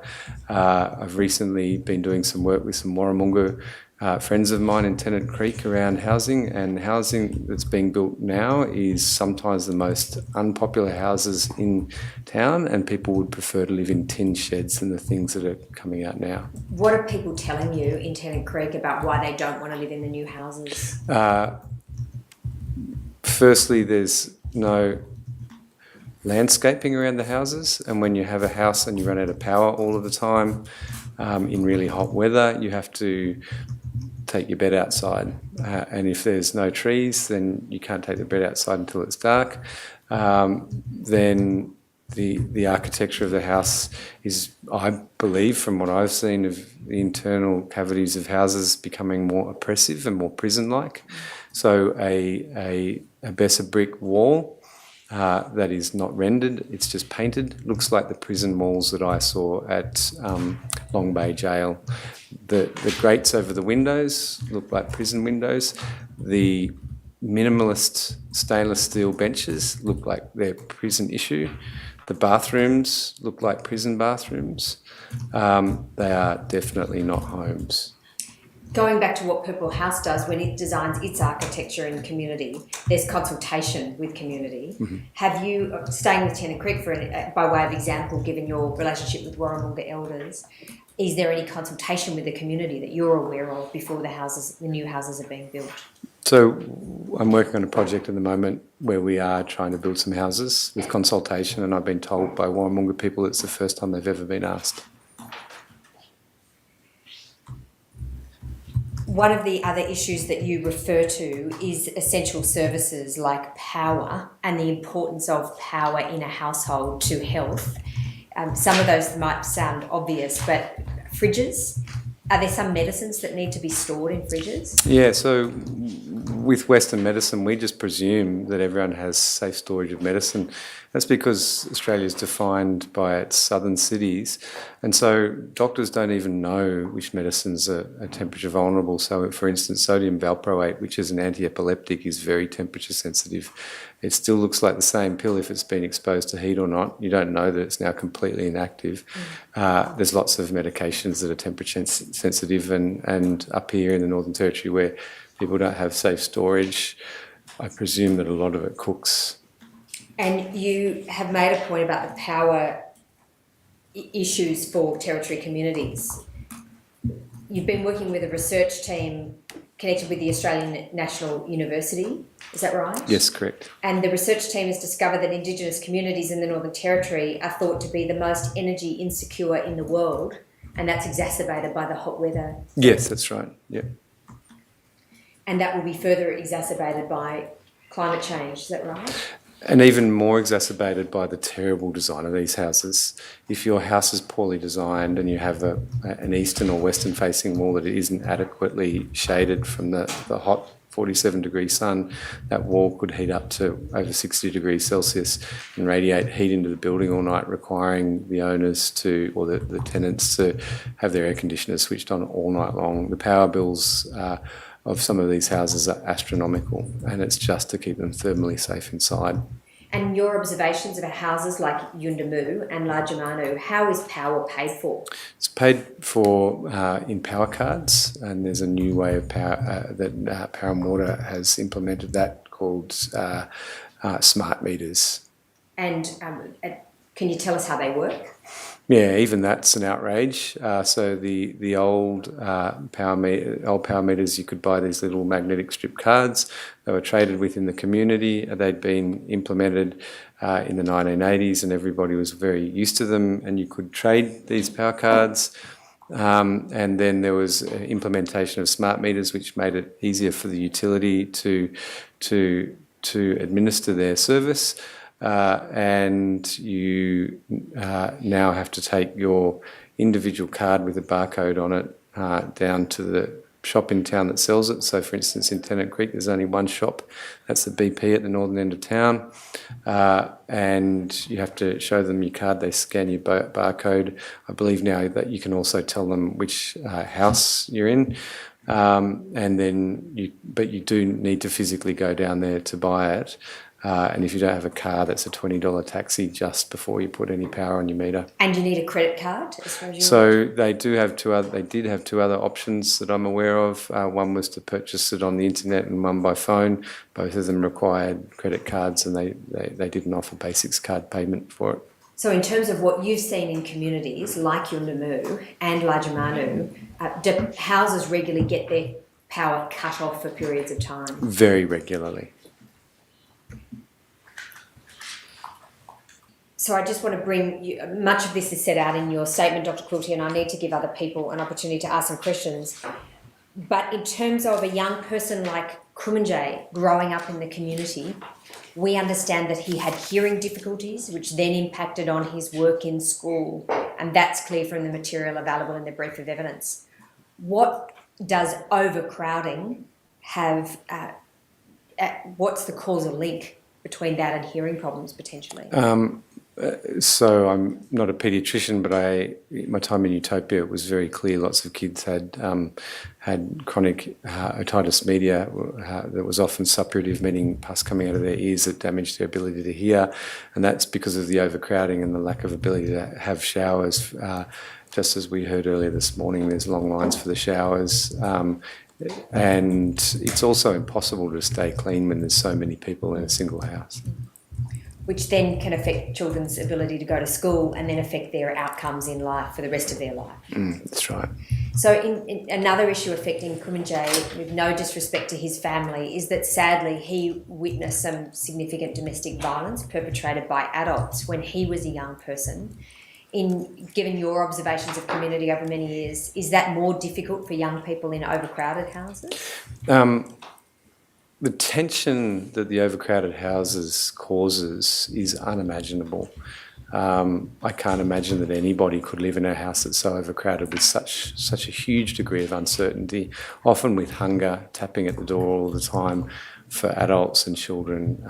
It's no wonder that they're tense places. And also having spent 8 years in Katherine, where it is a very hot climate, knowing even within my family how titchy you can get, how much naughtier your children can seem when it's a 45-degree day compared to a 35-degree day. So, yeah, of course, these overcrowded houses are, I think the genesis of violence is easy to see when the desperation is so severe. In your role as a physician in the Territory or a resident doctor before that, have you provided services to adults and young people who are suspected of having FASD? I have provided care, but not in relation to FASD. But you've provided other care to those people? Correct, yeah. Have you had an experience of providing care then to adults and young people who you perceive to have poor impulse control? Yes, correct. And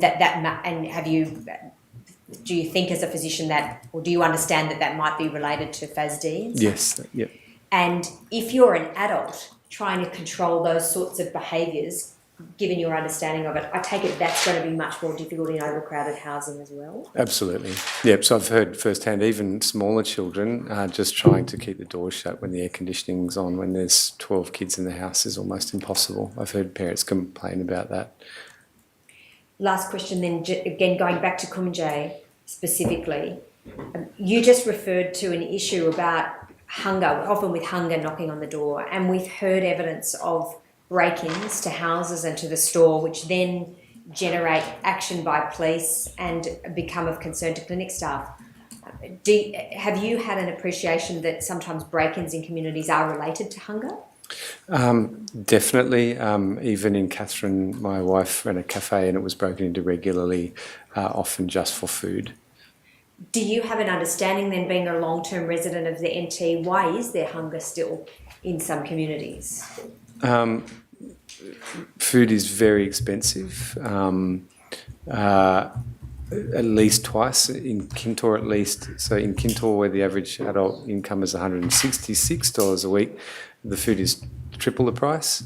And people just don't have enough money. And so there's not even the possibility of going hunting because you can't fill your car up, even if you're lucky enough to have a licence or a shooter's licence. So the ability to go hunting is very hard. So what people do instead is that they buy things that don't require refrigeration and can store and are cheap. And so that is flour and sugar and powdered milk. And then that has long-term, very serious health implications for people. If you're only eating that every day, then you're ramping up the chances that you get diabetes. Finally, Dr. Quilty, I note your work with Warramunga Elders in Tennant Creek and the hope that you will be able to generate funds so that a property can be built, and that's a proof of concept in effect that can be rolled out. Is that right? Correct, that's right. And at the moment you're devoting significant periods of time to that, balancing that with your other clinical skills. Why is it that you feel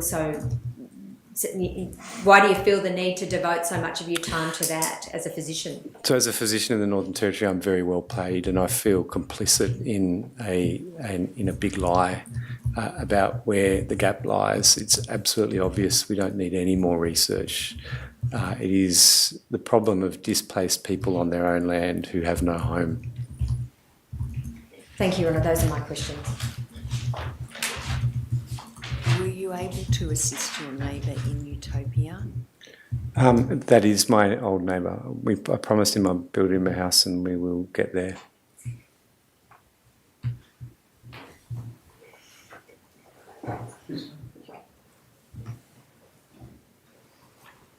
Mr. McMahon.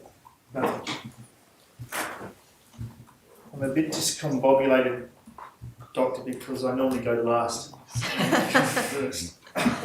Just everything. I'm not interested in blame, but I'm going to talk to you about failure of policy and failure of delivery of policy. And yesterday afternoon, after I read your statement, I went back and looked at the press release for the intervention, which was 2007, from the relevant minister of 21 June 2007, which identified some of the objectives of the intervention. One of them was to improving housing and reforming community living arrangements in prescribed communities, which would include units, including the introduction of market-based rents and normal tenancy arrangements. So, trying to put some context into what you've been talking about, that's 2007, so 15 years ago. And you've been in the Northern Territory before that time and during that whole period.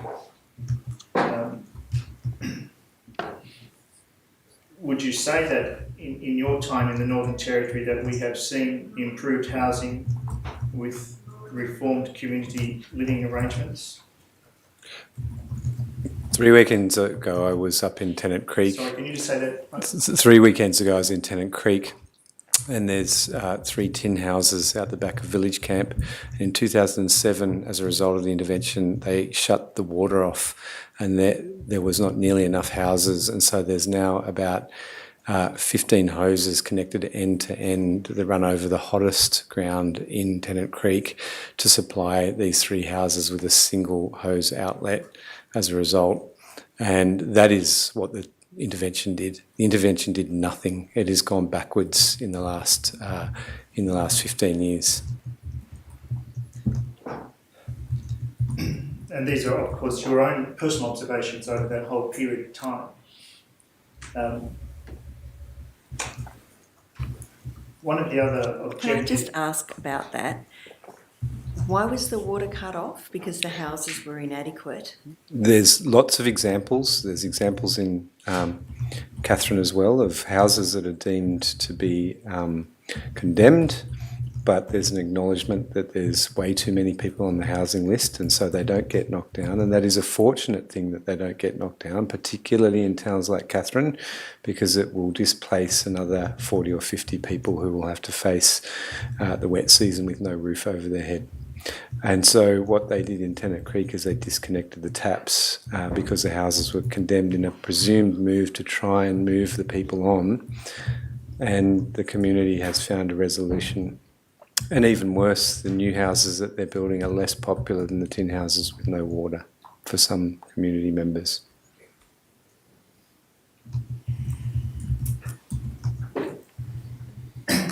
So just that last point you made, you're saying that the new... Can you just make that last point? I didn't quite hear everything you said about the new houses that are being built. We were given a tour of some houses in Tennant Creek, and the new houses were probably, for most people, appeared to be the most unpopular house to live in. Yeah. Less popular than the tin houses. So... How much are these new houses, do you know? In Nooka, they're $950,000 each. I'm going to ask you some questions about some of the issues that would have been raised, but I didn't introduce myself in terms of my client is the Kurrumpuru Committee of Yuendamu, and our focus is, in this inquest, is looking at preventing the kinds of crime or incident, the shooting that led to this inquest in the first place. And so, although the questions might be wide-ranging, the focus is something which is not spelled out in your statement, but it's the linkage between particularly youth crime and the sorts of things that you've been talking about. So just if I can put that in your mind as you answer some of these questions, because through your statement you talk about essentially the dreadful health outcomes associated with the issues that you're identifying.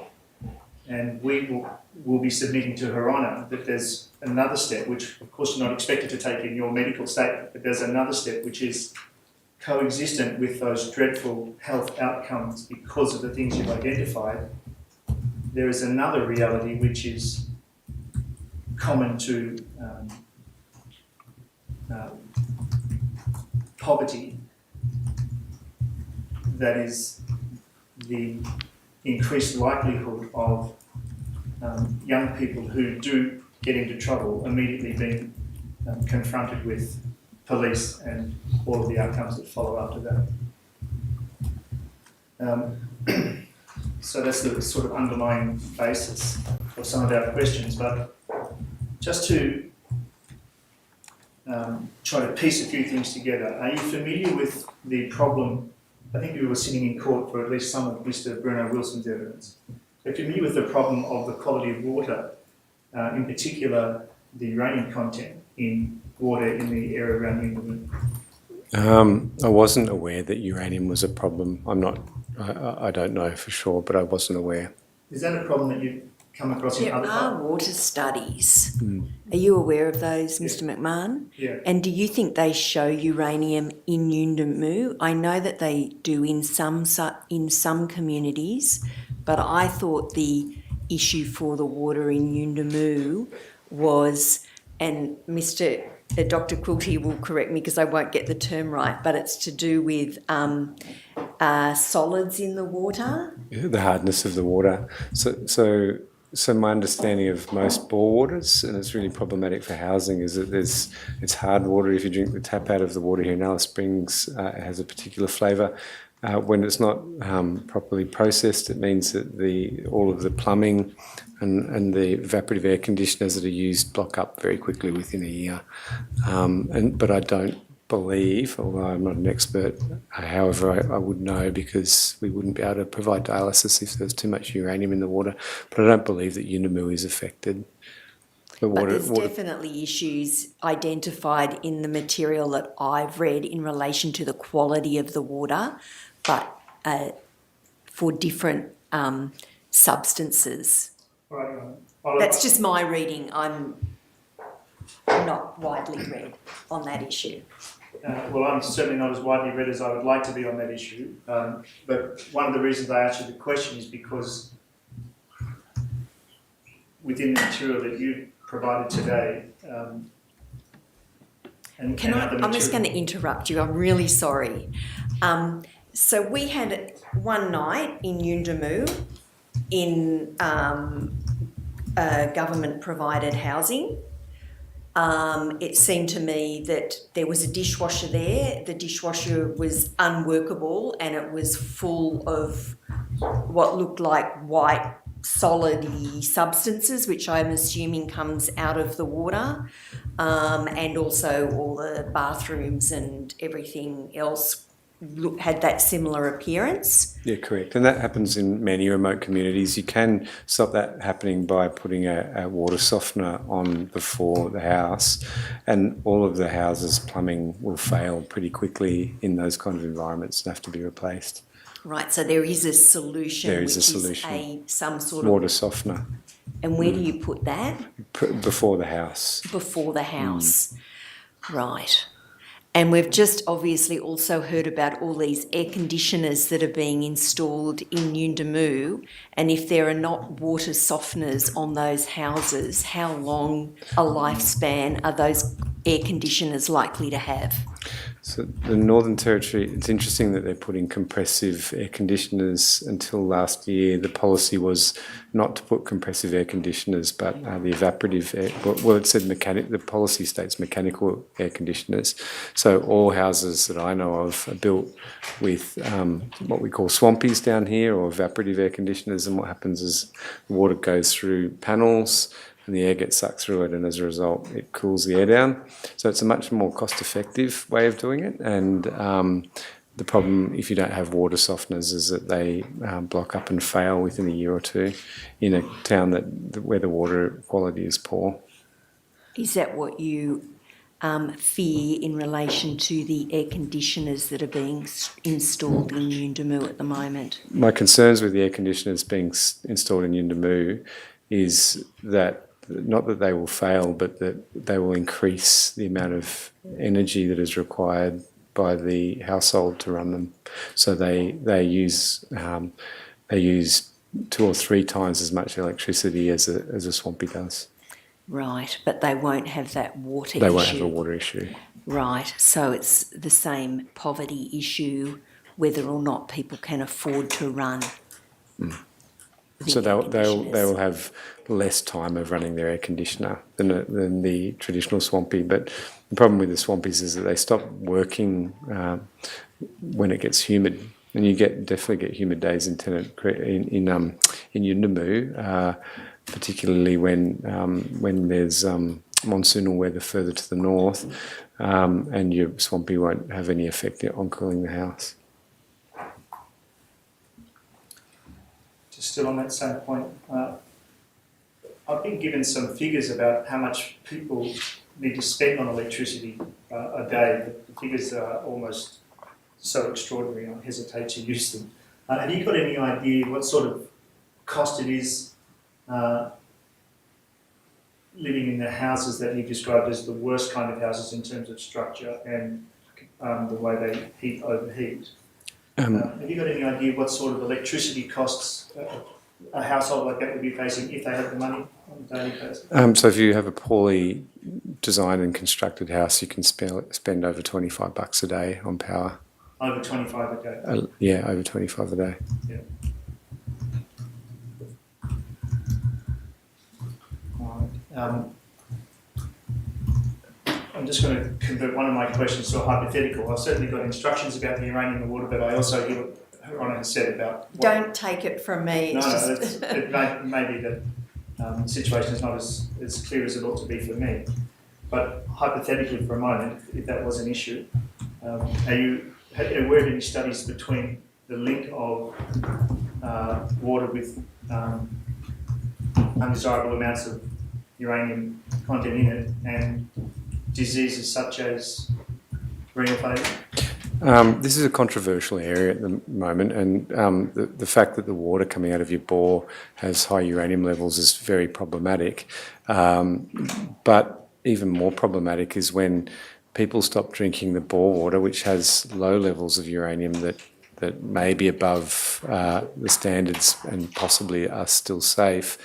The alternative is going to the shops to buy water or to buy Coca-Cola. And if Coca-Cola and water cost the same price, then that sugar is way worse. So if you can afford not to drink the tap water, then part of the problem, again, associated with poverty is perhaps choosing Coke over pure water. Well, there's even more problems than that. So at the moment in Kiwikara, there is a problem with fluoride in the water out there, and they're trucking out bottled water, and there's huge volumes of plastic waste as a result. So that's for free for the people in Kiwikara. But I think what you're alluding to is the anxiety and the distrust that a lot of Aboriginal people face in the utilities, the service providers in their communities. And that is a very real thing that I think needs to be acknowledged and addressed. Just as in Western medicine, I don't really feel that you can ever start a relationship with a remote living First Nations person without acknowledging that they have every right to distrust you.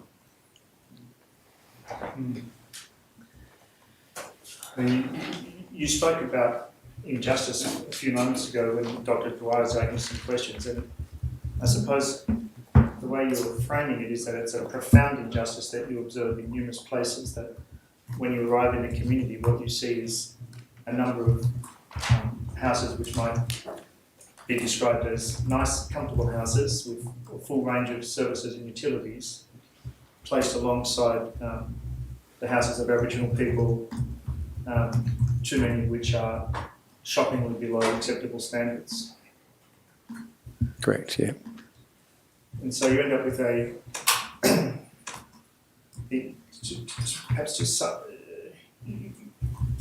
injustice is where people are living on land which they own traditionally, which perhaps because of the 5-year lease program which came in with the intervention or some other reason, and this is the case in Yuendamu, the land is then, although it's owned by a trust for the Aboriginal people, the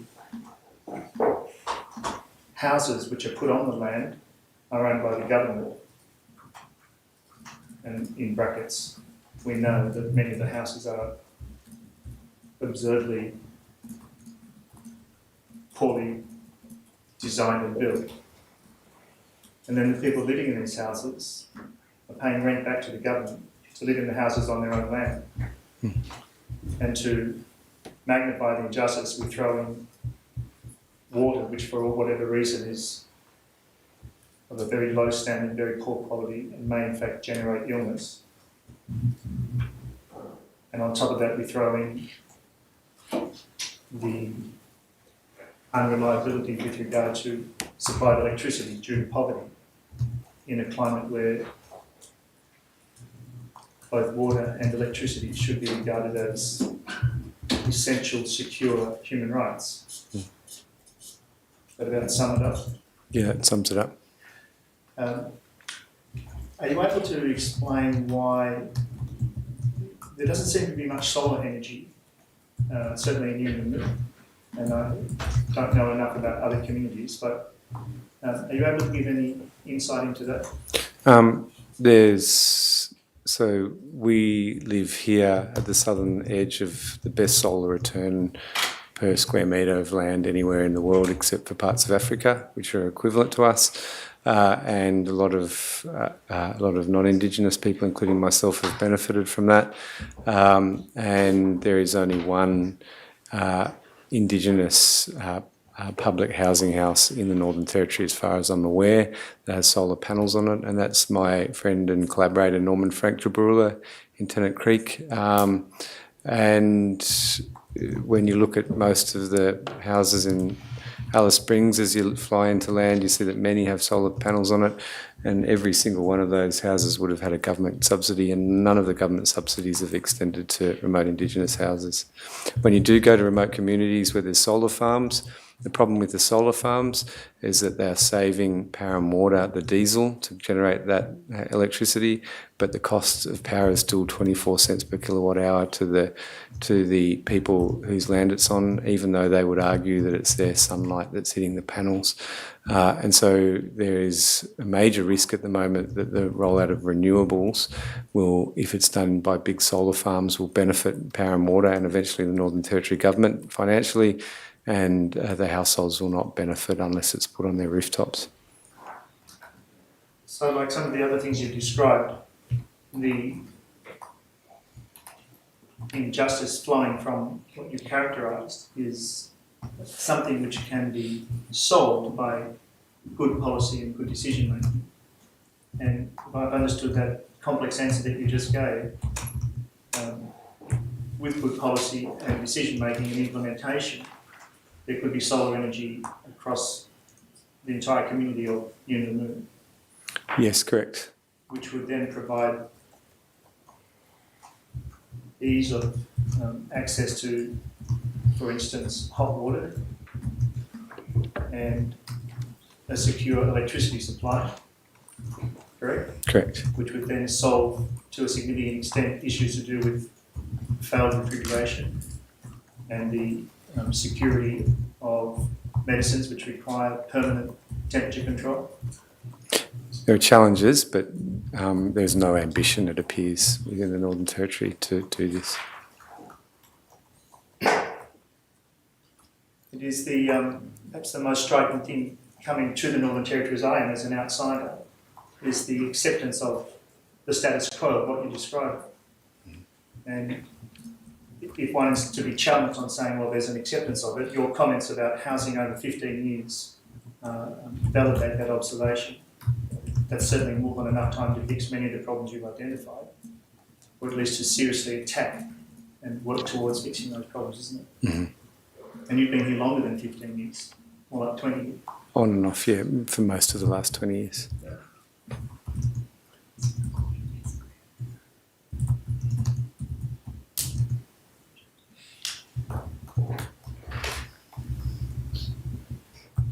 For the the record, I just note that the witness was nodding throughout that question. I don't think there was a verbal response affirmatively. Yeah, feel free to verbally Apologise. But I thank my learned friend for that. The point she's making is we need your answers on the transcript. Okay. You were agreeing to the propositions that I was putting to you. Yes, I was.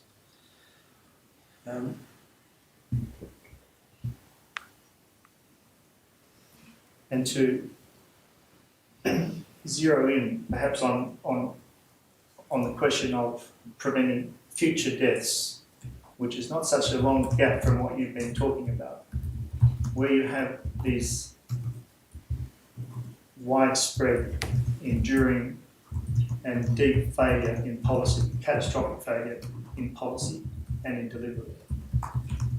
It's simply much harder to live a healthy life. That's obvious, isn't it? I'd call it impossible. Impossible. And if it's impossible to live a healthy life in the conditions which you've detailed, it's much harder to raise healthy children. I would say impossible. And in the same circumstances, it's much harder to pass on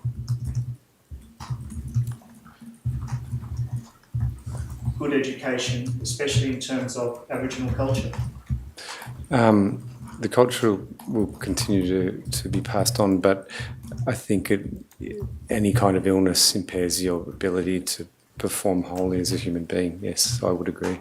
Well, part of the environment of passing on culture is the pleasure of learning culture for the children and the excitement and the joy of learning from people they respect. You agree with that? Yes. And in an environment where people are suffering from a combination of matters such as heat stress, poverty, food poverty, fuel poverty, those combinations, together with things you've identified in your statement, such as prevalence of preventable disease, serious preventable disease, all that combines to make it very hard to educate children in culture, doesn't it? Yeah, it makes it harder. And the next step, which we're particularly interested in, and you may not be qualified or feel qualified to answer this, is that in that environment, it's unsurprising that there's a prevalence of young people who might be heat stressed and or hungry and or suffering from preventable disease, moving around at night and getting into trouble with the law. I accept that. Especially if part of that equation is in fact food poverty, that people are hungry, young people are hungry. Yep. And as you already have identified in your statement, the average income in Indonesia is, I think, $254 a week or thereabouts. Yes. And when you take out the obligation to pay rent to live on your land, and you take out the need to pay for electricity, the amount of money left in a household is a small amount. You agree with that? Yes. And in that, with that small amount, you then have to feed whoever's living in the house. Yep. And so it's unsurprising, once you line up all those factors which you've done in your statement, it's unsurprising that there is in fact a significant issue of hunger amongst people living in such poor conditions. Yep. And as there's no reflection on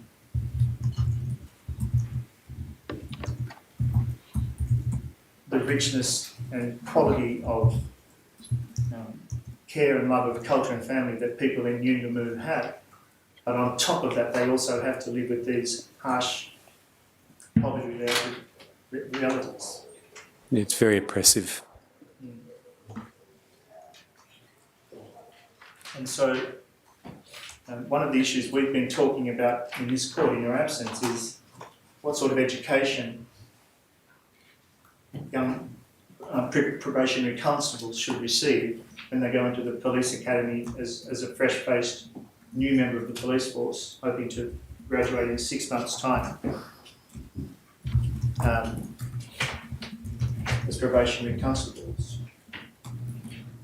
And so it would be important, this is a question, would it be important, do you think, that such a young police officer who, when they picture themselves down the track going out to perhaps deal with a problem or even arrest a young person, they realise that although they're leaving an air-conditioned house and an air-conditioned police station with a stomach full of food, the person they're going to speak to has a real chance of having, for instance, hearing difficulties based on illnesses arising from poverty,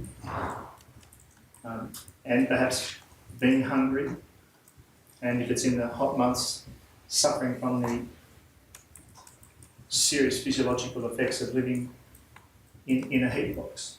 You think that would be useful for young police to be trained to understand implications of all of that? Speaking personally from my own experience, it's hard to believe the extent of the poverty. Even when you've lived in it for 10 years, it's taken me 20 years, I think, to really start to understand the extent of what you're talking about. And absolutely, I think it's missing across just about every single professional domain in the Northern Territory to some extent.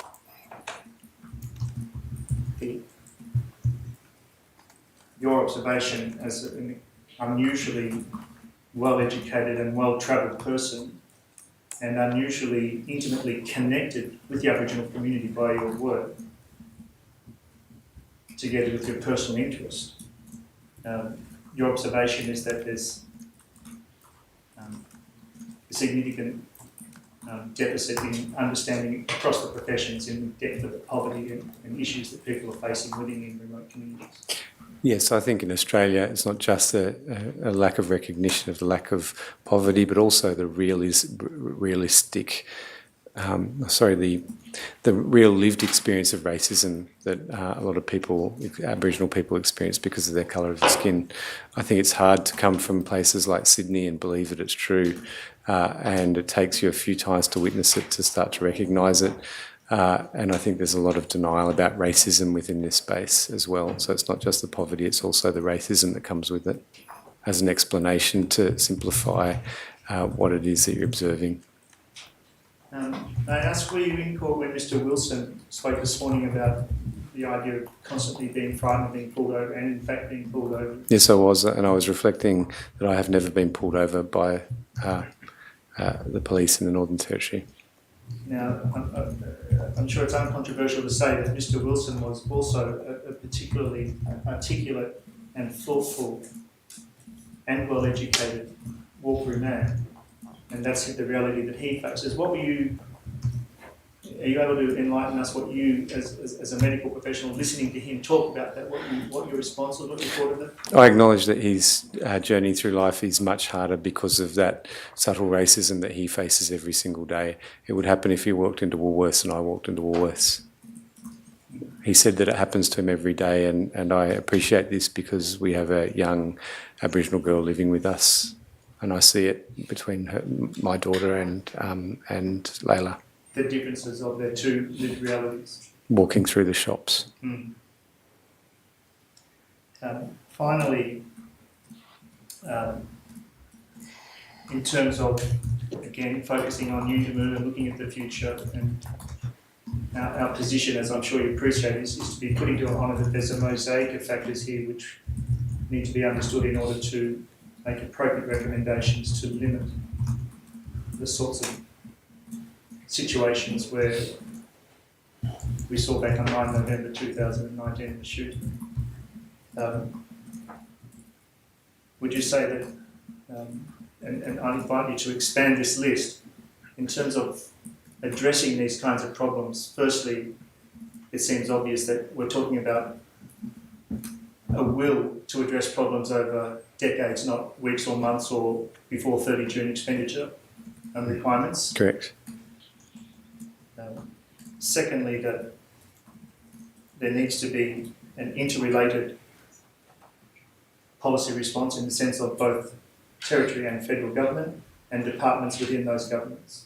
Yes, I agree. Which requires both imagination and courage, of course. And acknowledgement of the truth. And the acknowledgement of the truth. And you would agree too, it seems abundantly clear, you would agree that part of this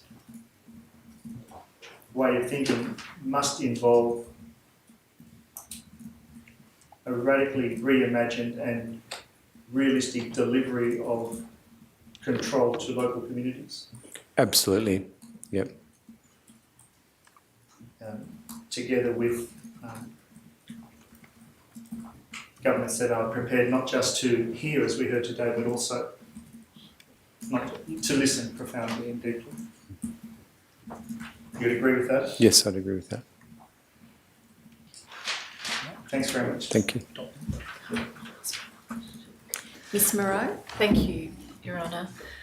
My name is Paula Moreau and I appear for the Brown family of Kumanjayi Walker. I only have one question for you. You spoke about the new builds that were occurring in Tennant Creek and the lack of popularity associated with those buildings. Are you at all familiar with the surmountable buildings which seem to be prefabricated under the new rollout of housing also demountable buildings, excuse me, and have you had any experience or observations in relation to those kinds of buildings that are presently being rolled out in Yundamu as we hear?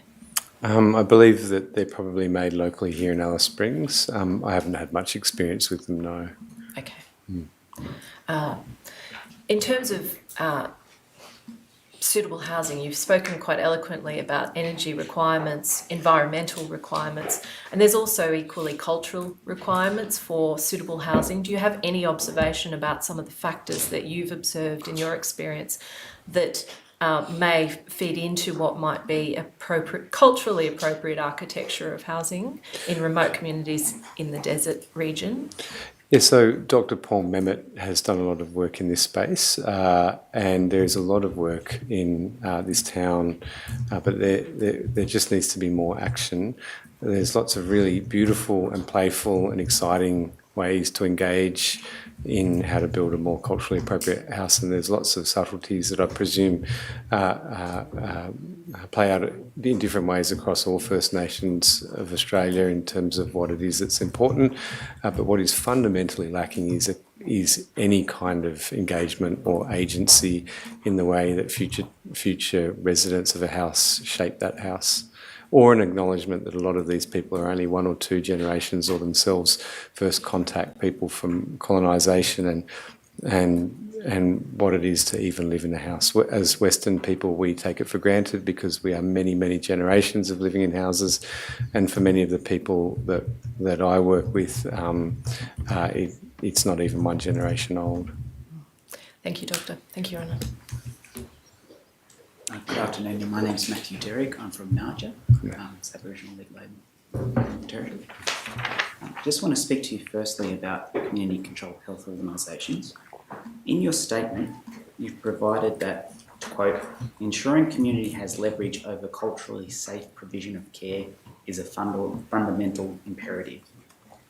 Could you provide the coroner with further detail of why this leverage is so important, imperative? Because if the community needs to have some agency in the way that its healthcare is provided, and the only true way to ensure that is to have a board that can control the CEO and absolutely correct any oversights, and it's a really complex space. The concepts of Western medicine and traditional healing practices are not mutually incompatible at all. However, if a Western clinic is placed on the ground and operated in a Western way with no credence to local values, then it can actually end up being antagonistic. And certainly, as you might have read in my statement, the history of the provision of healthcare to Aboriginal people is brutal. I know people that have been brutalised by Western healthcare, even in the last 10 years that I've worked up here. And the only way to overcome that is to ensure that the institution that provides healthcare is from the community. Okay. Do you think that would also develop trust in those clinics if you have that? I've seen that to be the case. And do you think that that might mean that people might come to the clinic more frequently I have no doubt. and earlier I have no doubt. and allow for better compliance with medication? Possibly. You've said in your statement, again to quote, "It's my absolute conviction that community control is fundamental to ensure continued provision of cultural safe healthcare," which is more or less what you described just a moment ago. So it flows from these, would you agree that it flows from these two statements that culturally safe provision of care is fundamental, and to be able to best achieve this, community control of the service is necessary? Yes, I would agree. Okay. Now,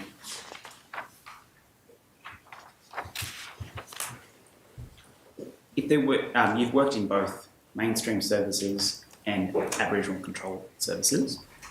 Would it be fair to say that some of the benefits of Aboriginal control services might mean that the management has better understanding of their clientele, Yes. and that they're in a better position to provide culturally safe services? Yes. Yeah. And you've also mentioned that you've noticed people being traumatised and brutalised by the healthcare system. Is that less likely to occur in Aboriginal controlled services? Less likely, yes.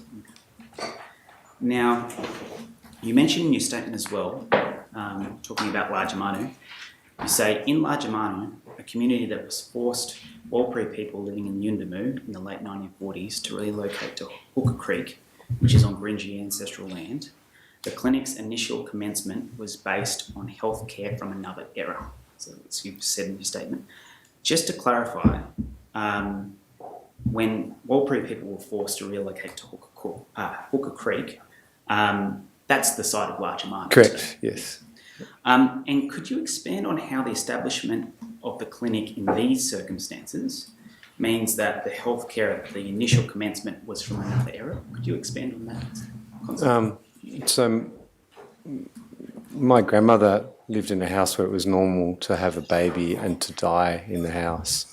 And so that was one generation back for me. And so Western healthcare has changed culturally very dramatically, even in the last 10 years. And I'd argue even in the last 2 years, COVID had a massive impact on the whole of society.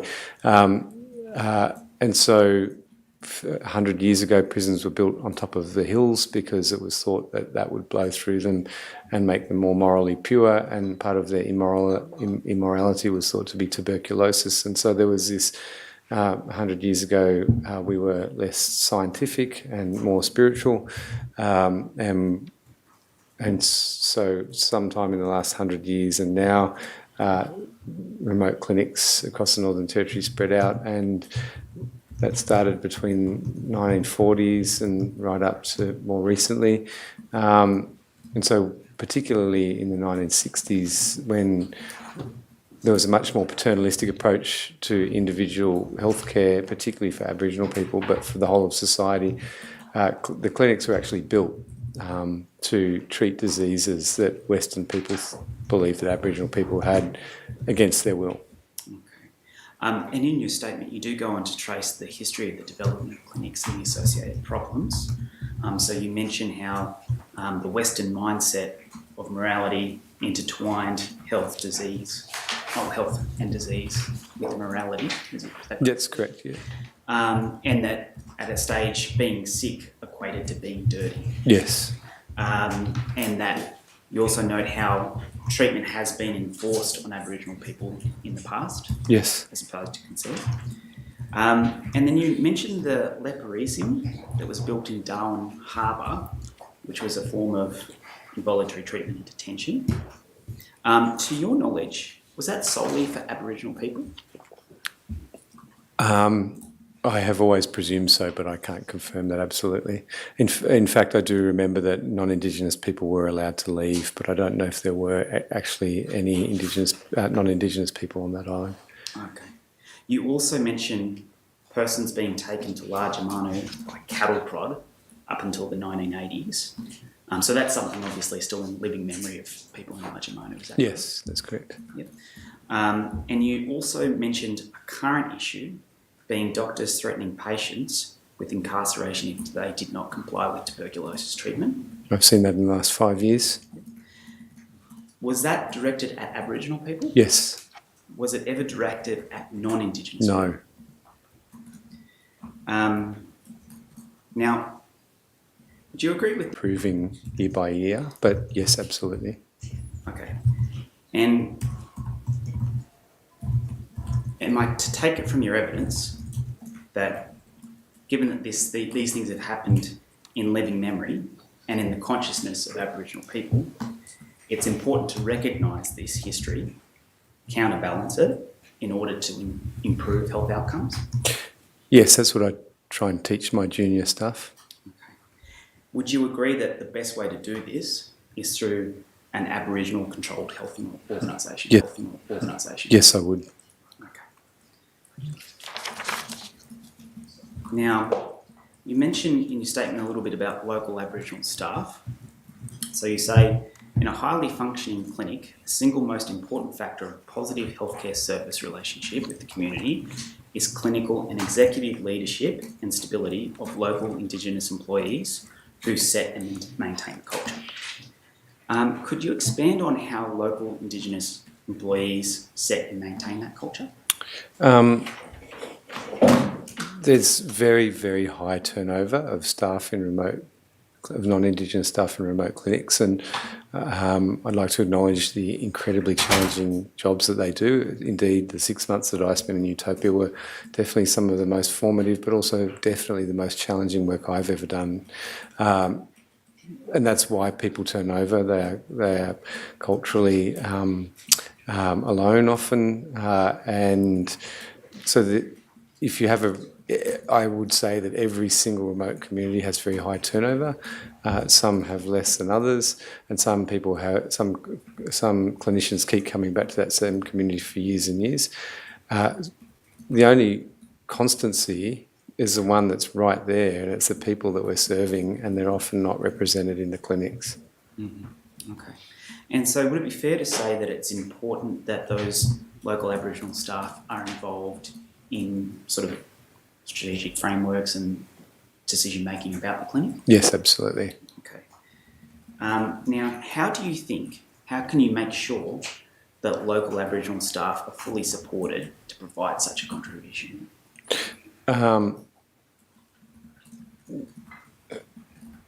The institution has to make sure in their governance structures. Are there any decisions that you think local Aboriginal staff members should be excluded from? None.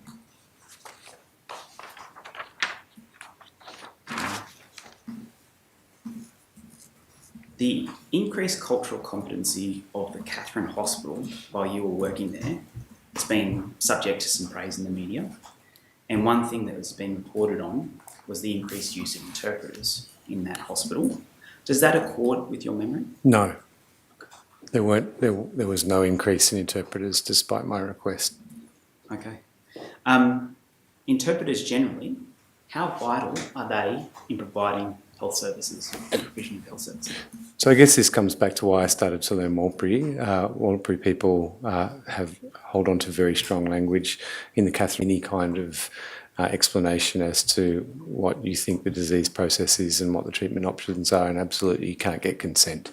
Okay. And so this might have already answered some of this next question. What are some of the negative consequences of not having adequate access to interpreters?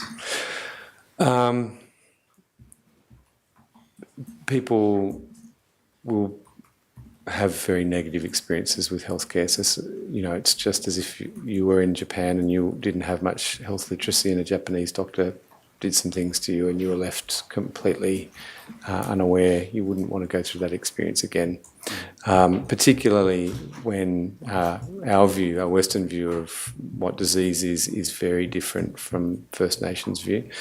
And so often the Western system treats diseases that Aboriginal people have a very different idea of and don't agree with it. And until you've got that concordance of ideas, then you really shouldn't proceed. And so without somebody understanding what you're doing, you can create a lot of harm, and that harm can spread further by them going home and explaining providing to their family their very negative experience of Western healthcare.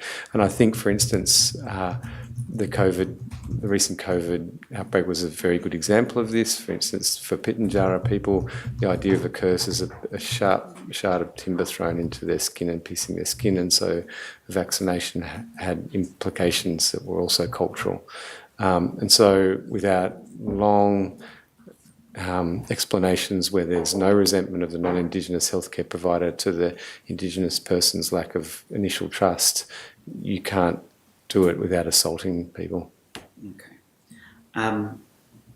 In your experience, is it fair to say that the best practice when someone needs or asks for an interpreter is to seek the assistance of the AIS trained interpreter service? Yes, it is. Compared to, say, someone who might rely on a family member who doesn't have that same level of training? Preferably, yes. And given that's the best practice, what would you advise a patient who would say that they would like a family member to interpret rather than, say, the interpreter service? In this jurisdiction, I've had one lady who was the last speaker of the Mara language. There's no alternative. So very small groups of people that speak language, I'd accept that. I let the patient make all of the decisions. What about in, say, situation, say, Yolngu, where the interpreters are a little bit more available? So that issue of limitations isn't so much an issue. What would you normally say to someone who was saying, I'd rather my family member do this? I would still, even if it was, I would do what the patient requested me. I'd try and explain why the idea of privacy is important, but privacy is a Western concept. If a younger person told me they prefer their family member to interpret for them, then I would accept that.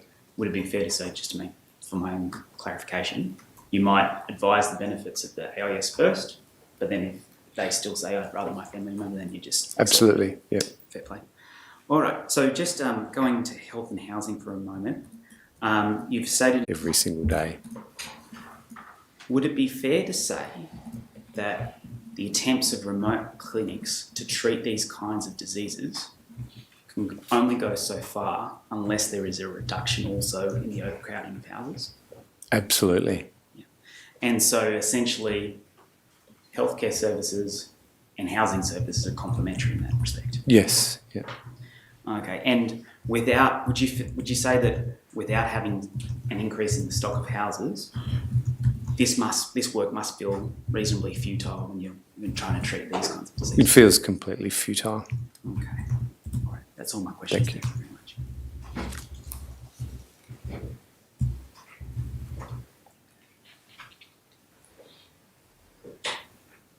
Yes, Dr. Freckleton. One question. Thank you very much for your evidence today, Doctor. At some stage convenient to you, would you be prepared to come to the Police Training College and speak to the providers of training in senior police about some of the issues you've raised with the court today? If I could bring an Aboriginal friend with me, yes, absolutely. Yes. Thank you. No questions to this witness, Your Honour. Thank you.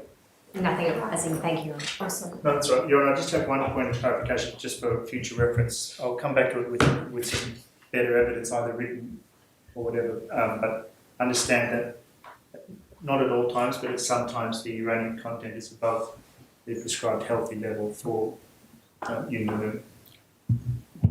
And also, of course, part of the issue, as has been explained, is the lack of trust and no doubt lack of understanding of what the implications are for health in relation to those readings. Absolutely. And Dr. Quilty, I put one question to him about that, which was about the renal, possible in between renal failure. He said it's controversial, but obviously it's something on people's minds. It is, But yeah. the 2021 report, which has just been sent to me, shows a fluctuation of readings, some of which are above the state requirement. Thank you. Dr. Quilty, I know that you have done a lot of work in addition to your normal work to provide a detailed statement, access to your publications and your time in attending this inquest. We are very grateful for the evidence that you've provided. It is completely different a completely new perspective, but obviously an incredibly important insight in relation to the issues that we are dealing with in this inquest, and we appreciate your time and contribution. It was a great pleasure. Thank you very much. We can adjourn till 9:30 tomorrow.